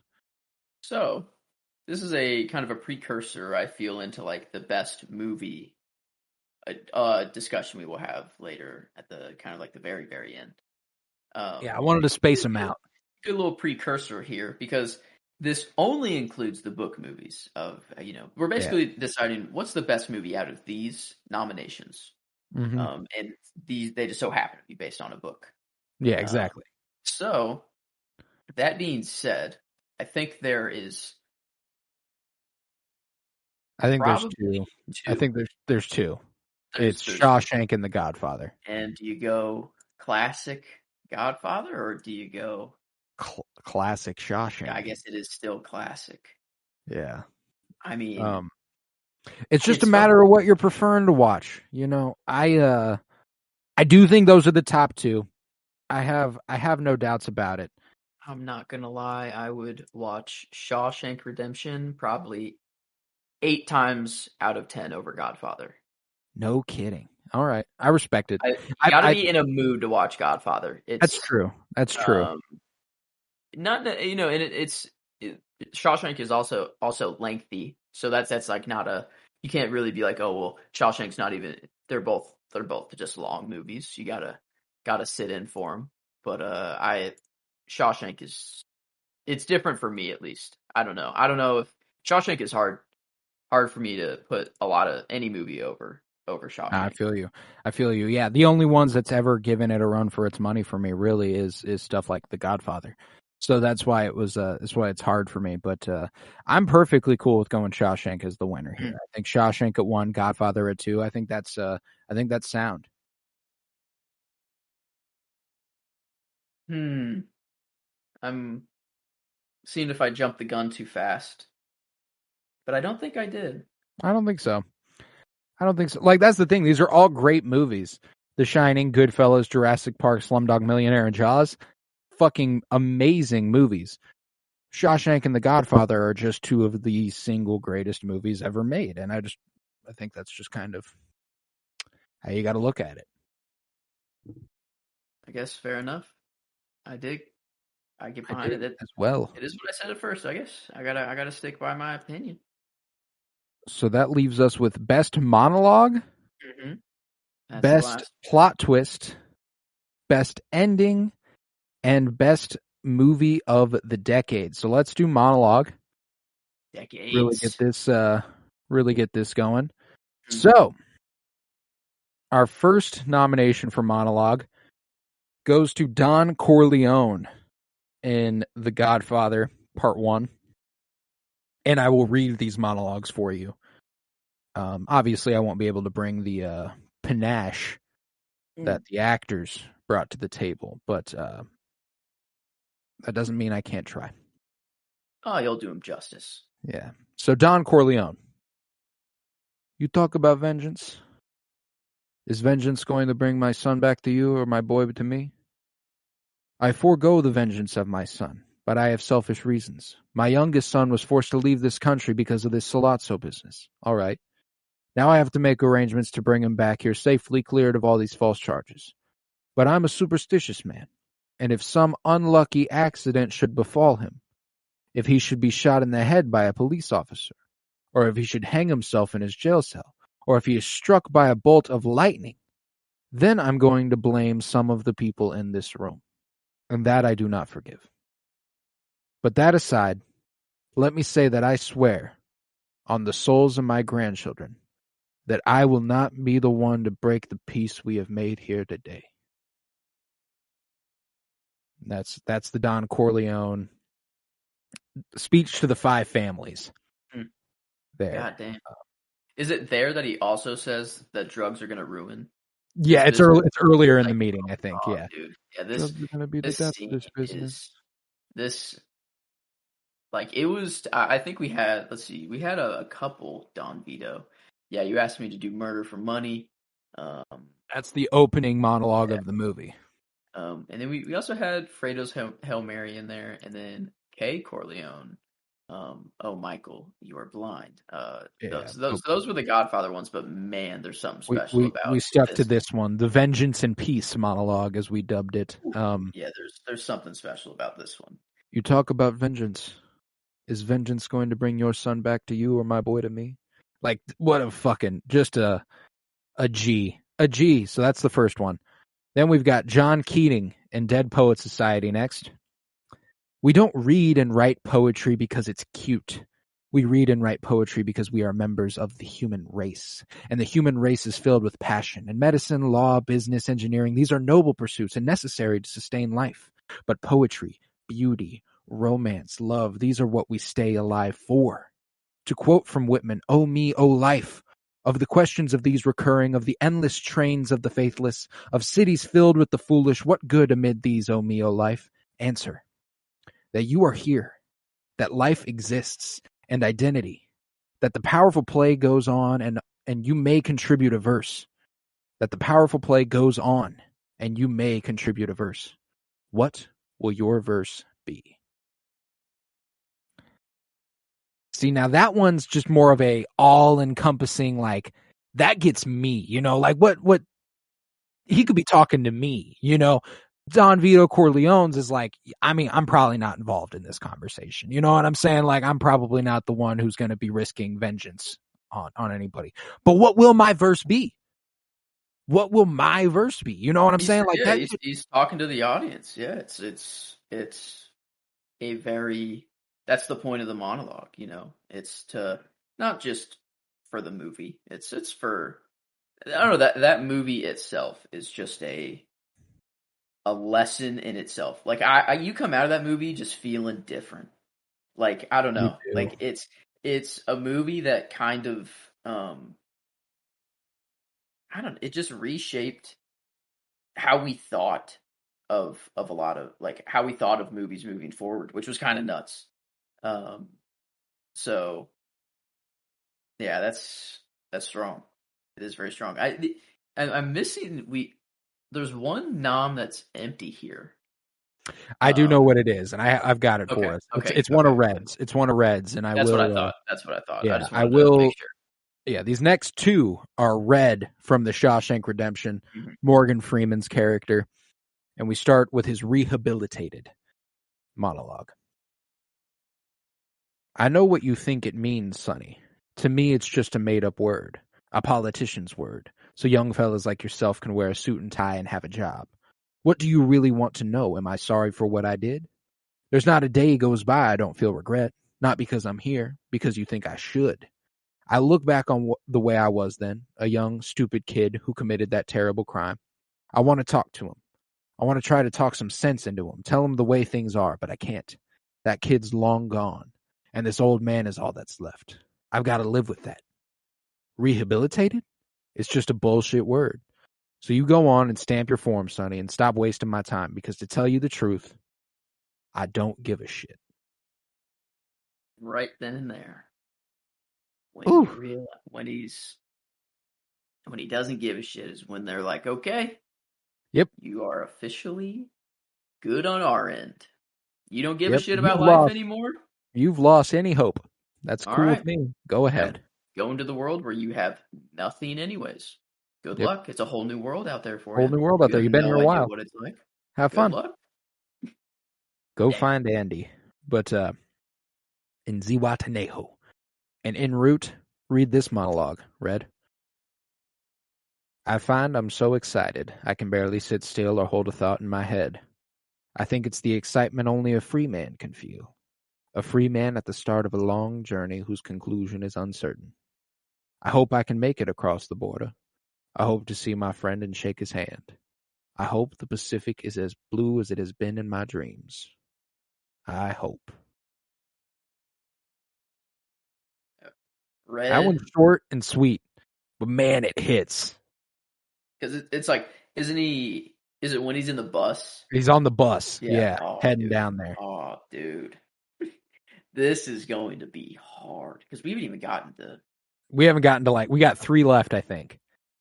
Mm-hmm. We got Sean Maguire and Good Will Hunting next. Robin Williams. And this is a behemoth, so bear with me. So if I asked you about art, you'd probably give me the skinny on every art book ever written. Michelangelo, you know a lot about him. Life's work, political aspirations, him and the Pope, sexual orientations, the whole works, right? But I'll bet you can't tell me what it smells like in the Sistine Chapel. You've never actually stood there and looked up at that beautiful ceiling and seen that. If I ask you about women, you'd probably give me a syllabus about your personal favorites. You may have been laid a few times, but you can't tell me what it feels like to wake up next to a woman and feel truly happy. You're a tough kid, and I'd ask you about war, you'd probably throw Shakespeare at me, right? Once more under the breach, dear friends, but you've never been near one. You've never held your best friend's head in your lap, watch him gasp his last breath looking for your help. I'd ask you about love. You'd probably quote me a sonnet, but you've never looked at a woman and been totally vulnerable. Known someone that could level you with her eyes, feeling like God put an angel on the earth just for you, who could rescue you from the depths of hell, and you wouldn't know what it's like to be her angel, to have that love for her, be there forever through anything, through cancer. And you wouldn't know about sitting up in the hospital room for 2 months, holding her hand because the doctors could see in your eyes that the terms visiting hours don't apply to you. You don't know about real loss because it only occurs when you've loved something more than you've loved yourself. And I doubt you've ever dared to love anybody that much. And look at you. I don't see an intelligent, confident man. I see a cocky, scared shitless kid. But you're a genius, Will. No one denies that. No one could possibly understand the depths of you, but you presume to know everything about me because you saw a painting of mine and you ripped my fucking life apart. You're an orphan, right? You think I know the first thing about how hard your life has been? How you feel? Who you are because I read Oliver Twist? Does that encapsulate you? Personally, I don't give a shit about all that. Because you know what? I can't learn anything from you. I can't learn anything from you I can't read in some fucking book. Unless you want to talk about you, who you are. Then I'm fascinated. I'm in. But you don't want to do that, do you, sport? You're terrified of what you might say. Your move, Chief. Checkmate. I mean... Your move, Chief monologue is a fucking... Whoa. That hits. Not even just for the movie, dude. I mean just for... in general. Robin Williams be coming with those fucking bangers like that, bro. Give that speech at like a college like graduation or like a high school graduation, and it would be like one of the best.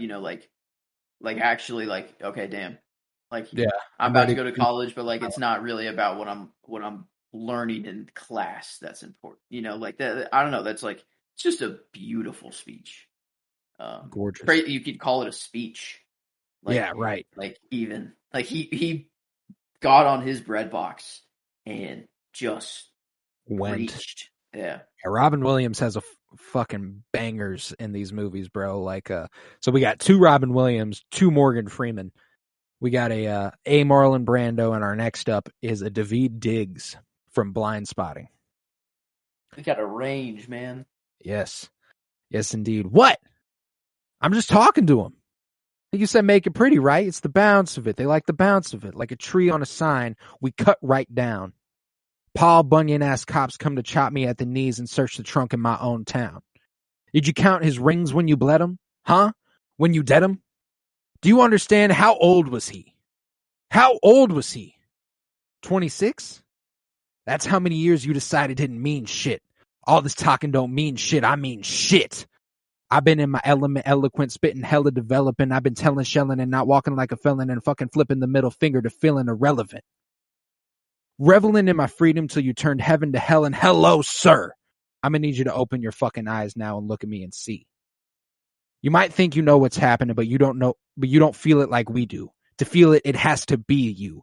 Cut you, but you don't know what the cut do. You are reflux, but when reflux bleeds the gut, then you see the faces. Leave the vases. Moving people in and out for a fee, feeding this town decay and appetite of me. An appetizer, huh? I must be tasty, but I stay angry because y'all get hazy. I'm the one out here stuck on a clock, loving the curfew to keep me off the block. Fuck, what time is it? What time? Nope, fuck it. I did my time. How come every time you come around, you monsters got me feeling like a monster in my own town? I say it while I'm rapping, because everyone conditioned to listen to a rapper, but I'm rapping to the active, you the one capping, and there's a lot of N-words here that I can't drop. So quit the flash and feel like your passion, hitting us till our headstones stuck in the mud. We stuck it out, it turned us into some thugs. Got a whole city brand new and they kicking us out. Maybe we should both break shit, make a fuss. I am both pictures. See both pictures. Don't be blind spotting me. See both pictures. Guess I'm just a little bigger than a picture playing chicken with a clip, and I ain't never been a flitcher. Block is getting hotter. I'm gonna be the one to bring the winter. Fucking everybody on the body of a cop this winter. I mean, why wouldn't I dead him? He's splitting wigs for $80K a year and ain't from here. Who will miss him if he disappear? Filling up with fear. I know you feel it. I've been feeling it for years. In fact, I don't remember ever feeling it. The one that going dummy never felt the need to run, but I've been sprinting till I limp across the finish with a gun up in my blind spot. Really, ain't too hard to figure that you probably never felt the pressure of a. But you know what? I ain't ever felt the pressure of a trigger. The difference between me and you is I ain't no killer. I ain't no killer. Whew. God damn. And obviously, I can't do that one justice. Daveed Diggs, the presentation he does that with is fucking insane. Gotta say, though, if anyone else tries to read that, you did it 10 times better, 100 times better than like, no way I can't even read that fast in general. Just at all. I can't, my mouth just can't even move that fast. God, when he said, filling up with fear, I know you feel it. I've been feeling it for years. In fact, I don't remember ever never feeling it. The wonder going dummy never felt the need to run, but I've been sprinting until the finish line across with a gun. Like, ugh. I don't even want to attempt that.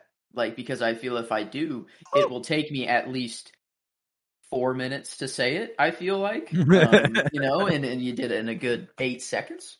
But yeah, no, you did that justice. The only thing I'm having trouble with here is how the hell are we going to decide which one is better than the like? Well, like, and I hate to be a bummer here, but there's one more.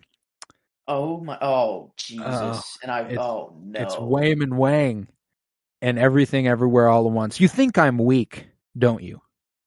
All those years ago when we first fell in love, your father would say I was too sweet for my own good. And maybe he was right. Cut over to Wayman Wang in a different universe. Please, can we just stop fighting? Back to the other Wayman. You tell me it's a cruel world, and we're all running around in circles. I know that. I've been on this earth just as many days as you. Back to the other Wayman. I know you were all fighting because you were scared and confused. I'm confused too. All day, I don't know what the heck is going on, but somehow this feels like it's all my fault. Back to the other women. When I choose to see the good side of things, I'm not being naive. It is strategic and necessary. It's how I've learned to survive through everything. Back to the other women. I don't know. The only thing I do know is that we all have to be kind. Please be kind, especially when we don't know what's going on. Back to the last women. I know you see yourself as a fighter. Well, I see myself as one too. And this is how I fight. What? It was already hard enough, man. You didn't have to throw Wayman's in there. Wayman's is nuts, bro. That shit's... Oh. That's the thing, God. Is that, like, Wayman's... that's the thing. You have, like, actual speeches in here that, like, one you could put at, like, at the top of a Black Lives Matter rally and actually give, like, one of the most meaningful, like, to everybody. Everyone needs to, like, hear that Daveed Diggs monologue. Like, it's just, it like, so concisely, even though it is a beefy monologue, it explains so much so concisely. Yeah. And then you have Wayman's, where he's just, preaching to the choir. He's just, oh my God. Yeah, that's the thing, man. Like, that one, all these monologues serve a little bit different of a purpose. Marlon Brando's The Vengeance and Peace is really just a showcase of how good of an actor Marlon Brando is. Mm-hmm. That one, I'm not really taking anything home with me there. Like, I'm like, oh, that was just that was dope. That man can fucking act. That's incredible. John Keating, what will your verse be? That's me taking that shit home. That's me.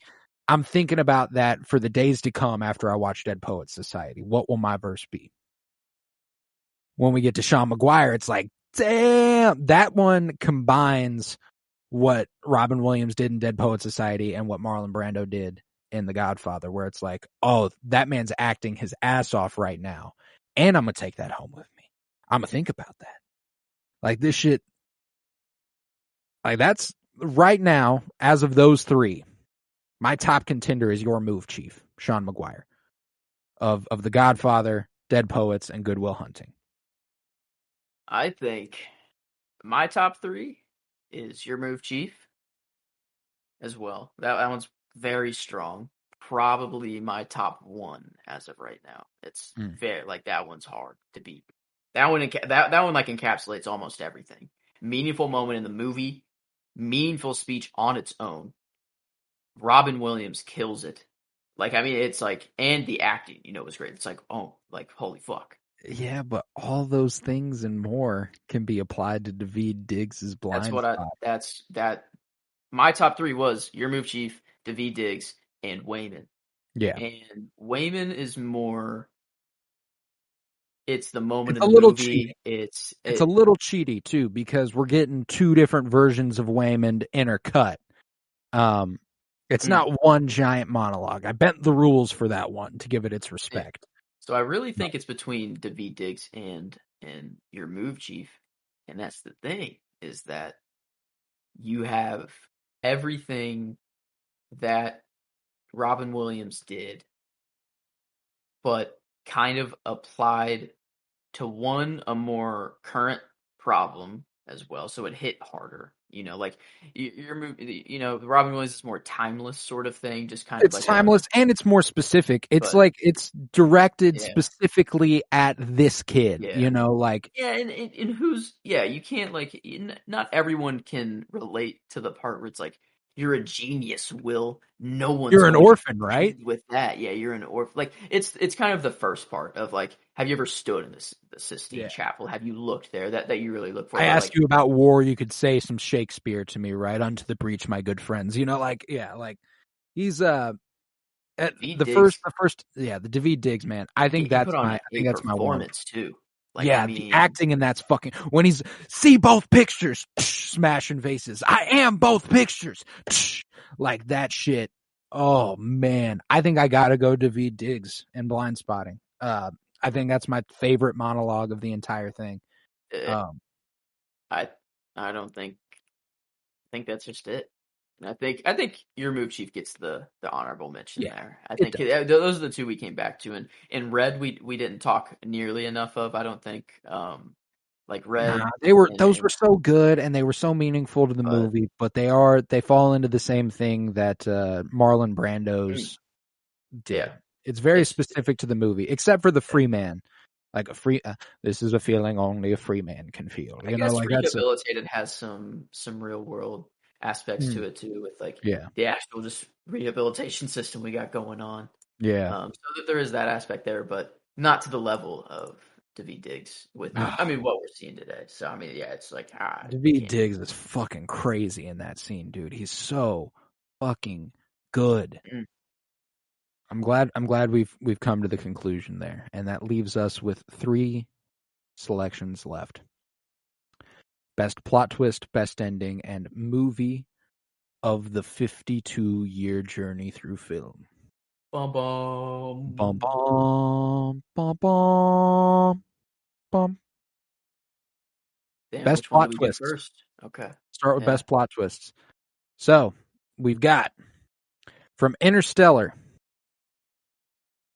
the entire stay, you're my ghost twist. The fact that it is Matthew McConaughey in the bookshelf, pushing the books, slicing the fucking binary into the air.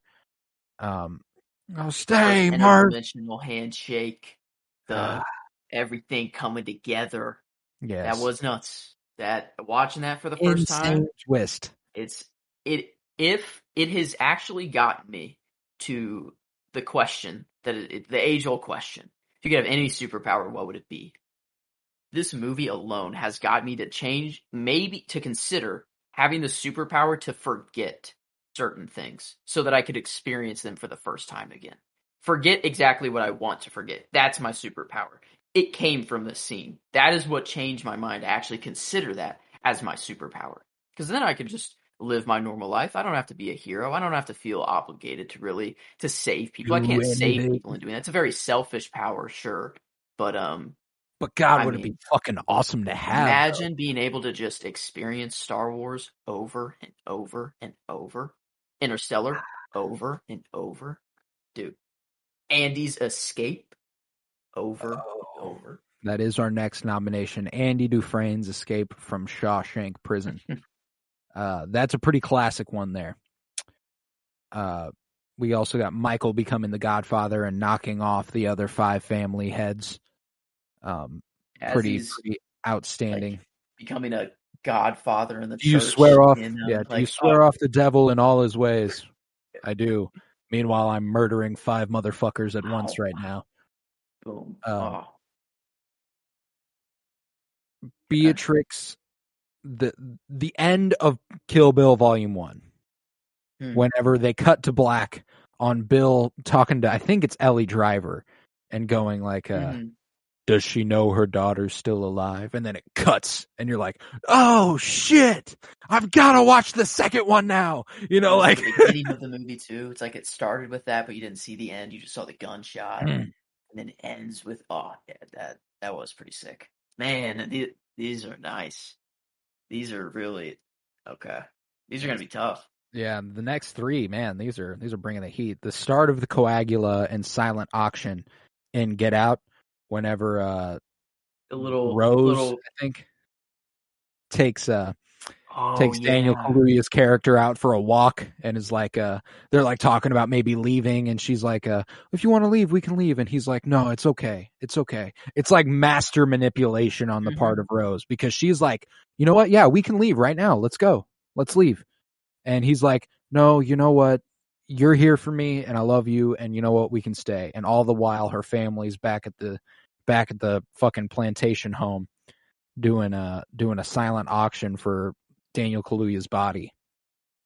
Yeah, that's whenever, like, the first time you watch it, and you're like, wait a minute. You're kind of like, no. You know, it takes a second for it to be like, you're like, you don't really fully know. You're like, what are they doing? You know, they're like, what?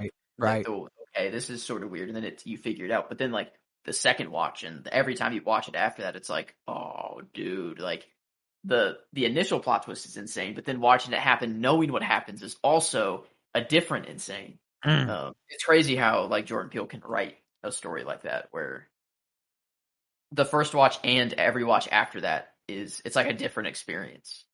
It's fucking masterful the way that he goes about things, man. He's and that movie, like, I stand by, it might be the best movie of the 2010s. Like, as far as an all-encompassing, just, it's got like the best last act of any movie from the 2010s, and that might be a little bit of a spoiler for the next category, but like, that movie's fucking different. 2010, I mean, yeah. Interstellar's in there, which is, it's just a favorite, so it's tough to put it above. Hard to rule it out. That'd probably be one of the only ones that could give it a run for its Parasite, money. maybe. Yeah, true. And that brings us to our next one: the maid's husband living in the basement, in Parasite.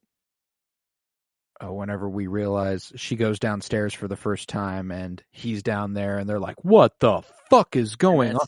Like, that's the monster that scared the kid to death. Yeah. You know, like, gave him all this fear. Oh, the head man. popping up, like, oh yeah, dude, and that was the most eerie shot I've ever seen. Like, that shit stuck with me for like fucking years. And every time they would just focus, like, it was in the background in the center, but like nothing would happen. You know, like, they were sitting here right now. I'm God. like, I'm in my sub basement. I'm like, don't fuck with me right now, bro. Yeah, just constantly looking behind me, like, oh, dude, no. Oh, dude, yeah. So that's fucking gold. That's fucking gold. But then one of the more classic plot twists of all time. What's in the box? In 7. Frosted Flakes. Frosted Flakes. Damn. That's not exactly Frosted Flakes was in the box. No, it was Gwyneth Paltrow's head. Pregnant Gwyneth Paltrow's head. Well, maybe not at that time, actually. No, I think so. I guess, yeah, it was like, how long after that conversation with Red? Oh yeah, I guess she could have maybe she could have seen to it by then. Maybe pregnant, I would say. Yes. Still devastating regardless. Perhaps. But, ooh, okay. Wow. All right. Well, I got to go with the Interstellar twist. That's got to be up there. I don't know if it's the winner or if it's second, but it's top 2. Stay is dead. I mean, that we nominated it first. There's a reason it was nominated first, I feel. I think Andy's Escape is nuts. The first time you watch that and you realize his Well, and rock it's the payoff obsession. there because he seems like he's like ready to like commit suicide. Mm. Like, and that's kind of the thing. You're left like, oh no, what's going on? Like, everyone's like, Andy Dufresne, get out here. And Red's like standing down, like a few cells over, like, oh no, did I lose another friend last night? He didn't seem okay. And they're like, he's gone. And he's like, oh, fuck yeah, buddy. That's my guy right there. I love that shit. Andy's Escape and Interstellar are top 2. I think they have to be. Michael Becoming the Godfather is good. That could play more into the next category as well, though. Yeah, I think it's more of a better ending. Not really like a plot twist where you're like, oh my god. Well, you are definitely shocked, but it's not like completely out of the picture that this would have happened, though. Right. Like at the time of the movie, you're kind of like, okay, like, kind of going in that direction. But Andy's Escape, like, is the first time you watch it, you're like, I don't know, it's everything coming together, like the poster. That was the whole reason for the poster. His rock obsession and him creating little chess pieces or little things out of rocks was just him to be able to. And his holy Bible being carved out. Oh, dude, and it's beautiful. It's so calculated from the very start. Which one's the winner, though? It's got to be Interstellar with Andy's Escape. Like, Interstellar's twist. We talked about it in the Patreon planning. If there's any movie you could ever watch again for the first time, it's Interstellar. And that's a sign of just a fantastic twist. Yeah. Like, I agree. 100%. It's my superpower. I would want that. This is the one thing. If I could choose one movie to watch over again, it would be this, and that would be my superpower. To watch Interstellar infinite times, over and over. The next category is giving me the ick. The best ending. This one's going to be near impossible. I'm torn asunder here. We've got Shawshank Redemption, Everything Everywhere All at Once, Interstellar, The Truman Show, The Godfather, Good Will Hunting, and Get Out. No. And you know how fucking nuts a category has to be for my first out to be fucking Interstellar? Yeah. Actually. Like, that's insane. Because I love the ending of that movie, but the twist is what's like, and the twist comes a little bit before the end, like for real. The end is just kind of like letting you settle with all the twists. And giving you just some nice, comfy, look how life turned out. It turned out okay. Kind of just lets you sit with it. So I agree there. Wow. This one is going to be hard. Yeah. Because there's a couple different things here. There are 3 that I think have a commonality to them. That's Shawshank, The Truman Show, and Good Will Hunting. It's finding a new sort of freedom, specifically Truman and Shawshank. I think it's more of a societal pressures that are kind of that he's freeing himself from, not literal prisons like the other 2.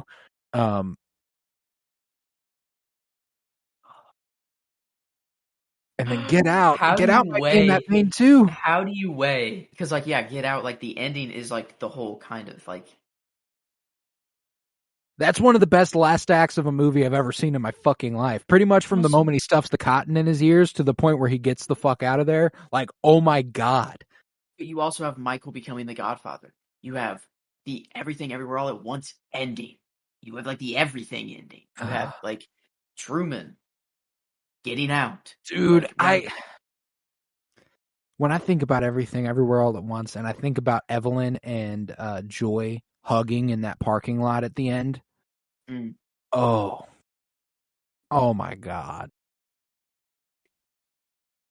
And there's also the fact that it's the moment, like at the beginning of the movie, the first sign of like strife between them is whenever she like walks her out to her car in that very spot and goes, "You're getting fat." Mm-hmm. You know, so it's like a pull through of that along with the IRS building later on. Like it's just like, and that's a great ending, but I do think it has to take a step to the side for a couple of these. Okay. If I'm between, oh God, I think Shawshank has to be in the conversation. It does. I think The Godfather has to be in the conversation. Maybe. No, it should. It's one of the best endings of all. Like that's Yeah, it's in the conversation to be sure. The top four are Shawshank, Truman, Godfather, Goodwill. Okay. Because I want to point some attention on Goodwill as well. That's, oh man, whenever Ben Affleck walks to the door and he's like, he's not here. He's like, I'm hoping one day I go and knock on your door and you just don't come out. You're just not there. You've gone. You've left this place. He was happy to. And he turns around and he's like, he's gone. Yeah, I don't know. We're gonna go ahead and get moving. I fucking love it. And then like Robin Williams coming out checking his mailbox to find that letter that says, "I had to go see about a girl." Oh, Mm-hmm. oh God. Oh shoot. Oh shoot. Okay.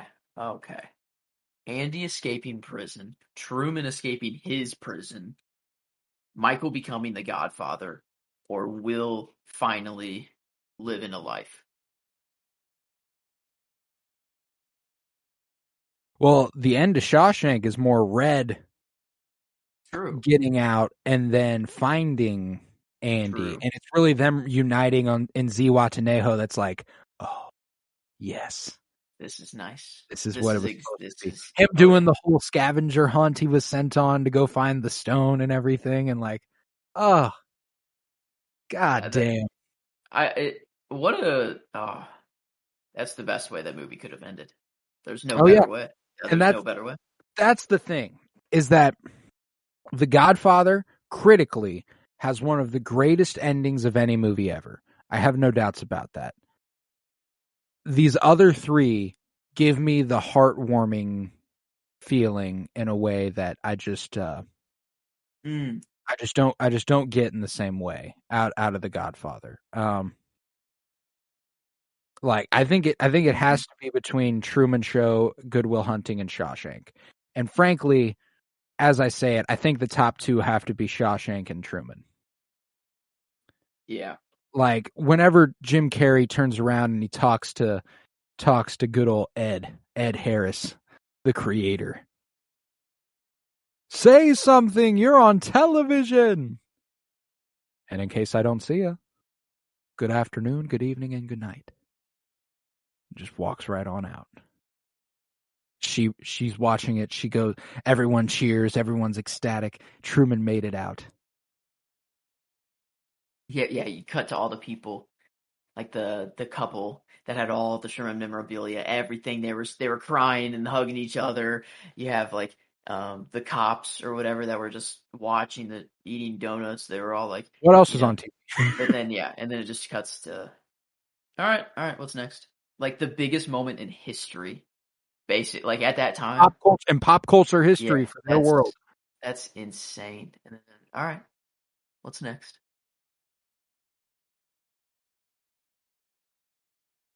I think it's Shawshank with the runner-up being Truman. I think so too. I think Shawshank has the premier ending for a movie you could ever want. After so much pain and strife throughout the course of that movie, for it to end on such a happy note, I think it's just the way it has to be. It's a beautiful movie. Movie's something. Okay. That's a beautiful film. That is a beautiful film. That leaves one last category. Yes, it does. And it's Yes. the best movie. It's the belle of the ball, movie of the decade, movie of the project, and the ones we've got stacking up against each other. Star Wars from the 70s, Raiders of the Lost Ark from the 80s, Shawshank Redemption from the 90s, Slumdog Millionaire from the aughts, Parasite from the 2010s, and Everything Everywhere All at Once from the 20s. I think we can just come out and say that we've talked enough of Shawshank, of the ending, of the twists of the movie, that it is in the conversation. That's without a doubt. It is. The other movie, Everything Everywhere All at Once, that we've talked about Obviously in the conversation. enough at the same time. So I think the top two front runners, I think maybe I can just solidify a top two, because I think next I would say it's like Star Wars and Raiders and Parasite, or well, maybe Star Wars and Raiders are like tied for third, and then it goes to like Parasite and Slumdog. I think we're dismissing Star Wars too hastily. Okay, fair. Fair. My top two are Star Wars and Everything Everywhere All at Once. Not even Shawshank. Not even Shawshank. Shawshank would be third. I think it would go Star Wars and Everything. I don't know what order. Shawshank right there. No, you're right. Parasite or Raiders, and then Slumdog. You're right. No, the conversation should be Star Wars and Everything Everywhere All at Once. It should be the movie that changed everything, the movie that inspired so much and was also just insane on its own, as well as what we can do with the technology today and how just a story can be told with the craziest. If you told that plot line to someone in the 70s and when Star Wars came out, they'd be like, "What the fuck? You want me to buy a ticket to go see that?" Right. But now, like, I can comfortably recommend that movie to anyone, and there's dildos and butt plugs and glizzy fingers and anything under the sun in that movie. I don't care. I'm recommending it to anyone. I genuinely, I'm of the mind, and I've said this multiple times now, that Everything Everywhere All at Once is my favorite movie of all time. That is including every Star Wars movie. I stand by that. Everything Everywhere All at Once is my favorite movie of all time. It's where my gut lies for the movie of the project. I don't think, and it's such a perfect example of everything. I don't know that we could have ended the project on a better movie. As far as everything we talked about throughout the year, culminating in one movie. We've talked about how everything influenced everything going into that movie only exists because of everything else that we talked about in this project. And it took everything, all those film influences, and made one of the greatest movies of all time.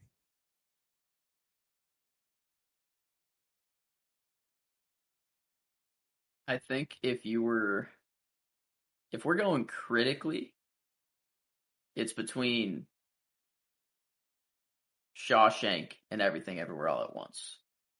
For favorite, it's between Star Wars and Everything Everywhere All at Once. Yeah. Common denominator, the constant is Everything Everywhere All at Once. Yes. And that's the thing. I think if we're comparing all of Star Wars and Everything Everywhere All at Once, then Star Wars wins. If I can say Star Wars as a collective, everything, all the TV shows, all the movies, everything, I'm going to Star Wars. Yes, exactly. But as for just A New Hope and Everything Ever, that is, I don't think it's close. No, actually. It's Everything Everywhere All at Once. The closer argument is Shawshank and Everything Everywhere All at Once, where it's closer. The gap is closer, I feel, critically. Yeah. But overall, I think it is. There's just not a movie that makes me feel the way Everything Everywhere All at Once does, man. Every time I watch that movie, I'm just like, It's everything. Oh, I'm falling in love with this all over again. Like, this is just it's a masterful work of cinema. And you know what? To prevent us from having to pick a movie of the entire 52-year journey through film, I think maybe we just go ahead and hand it to the obvious winner. Scooby fucking Doo. There wasn't a better year, I think in all of human history, honestly, than 2002. I'm lucky that I was alive for it. I can say that I lived through that. Like maybe my brain wasn't fully aware of anything yet at all. I knew I was still Revolution shitting was myself, inevitable. I guess. I was I was still shitting in my pants. But Scooby-Doo came out while I was conscious. So I mean, I was alive. I was there. We're part of the generation, the most important generation. It almost feels like a betrayal to not select Scooby-Doo as the greatest movie of our time. And maybe the runner-up just goes to the only Keanu movie we got. The Matrix, actually, is the runner-up. So sorry to Star Wars and Everything Everywhere All at Once. Top Slam two. dunked by Scooby-Doo and Matrix. So yeah. The pod, we can't be hypocrites, So at the end pod, of the day, the pod stands strong. At the end of the day, maybe the people's champion, sure, might be Everything Everywhere All at Once. It might be Star Wars, it might be Shawshank. But the true hero of this project was Scooby-Doo. It's Ruby. Ruby-Doo.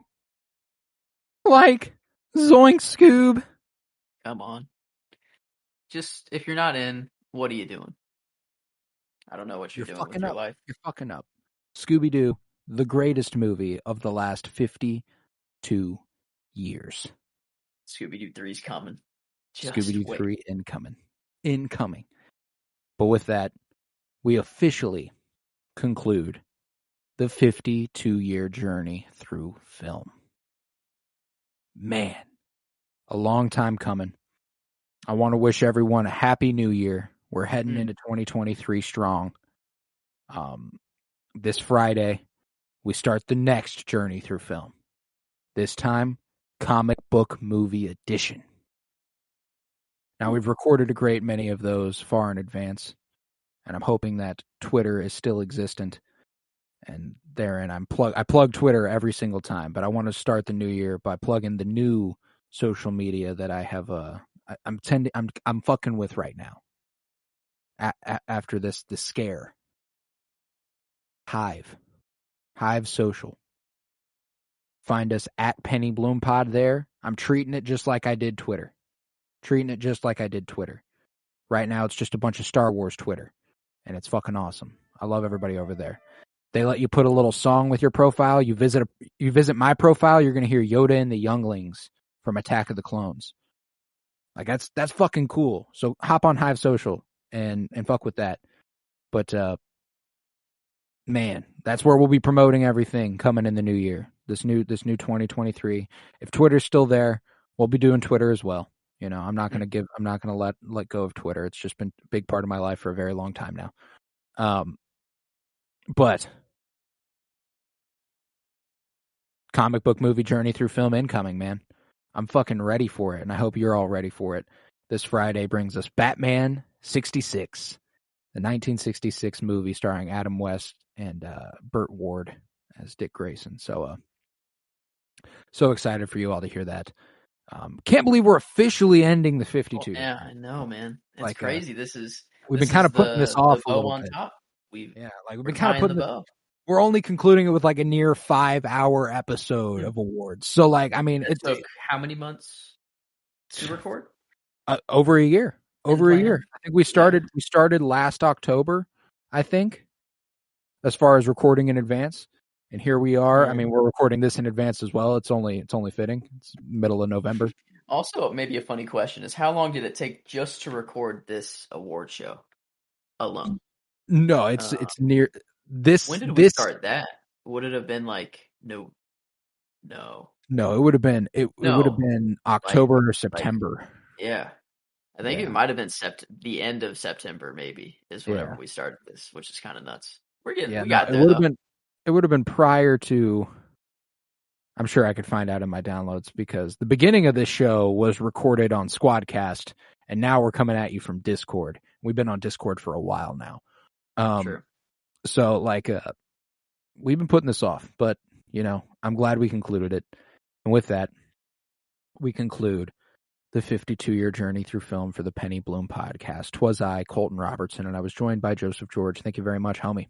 Oh, man. It's always a pleasure to be here, and, man, it's been a pleasure for this project, for sure. It's been a blast. It has. Oh, it has. And if you would, head to patreon.com/PennyBloomPod, newly anointed.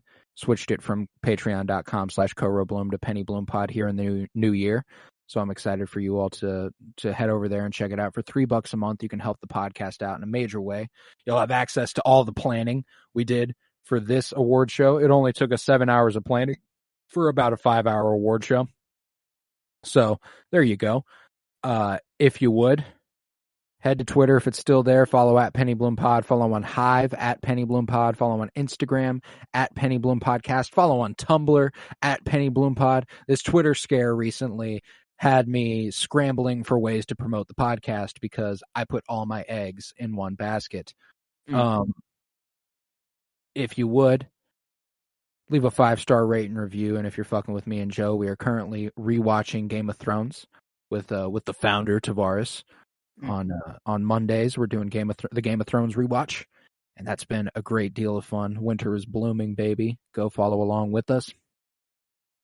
Keep following along our fucking comic book movie journey through film now. It's starting this week. Y'all better be fucking ready for that. I'm assuming we're doing our Star Wars show. The Bad Batch started this week, I'm pretty sure, season 2. So very excited about that. Okay. Yes, indeed. Yes, indeed. We're very excited. Very excited here at the Penny Bloom Pod. We're going strong. And no signs of stopping. We got to be north of 300 episodes by now, which is super fucking cool as well.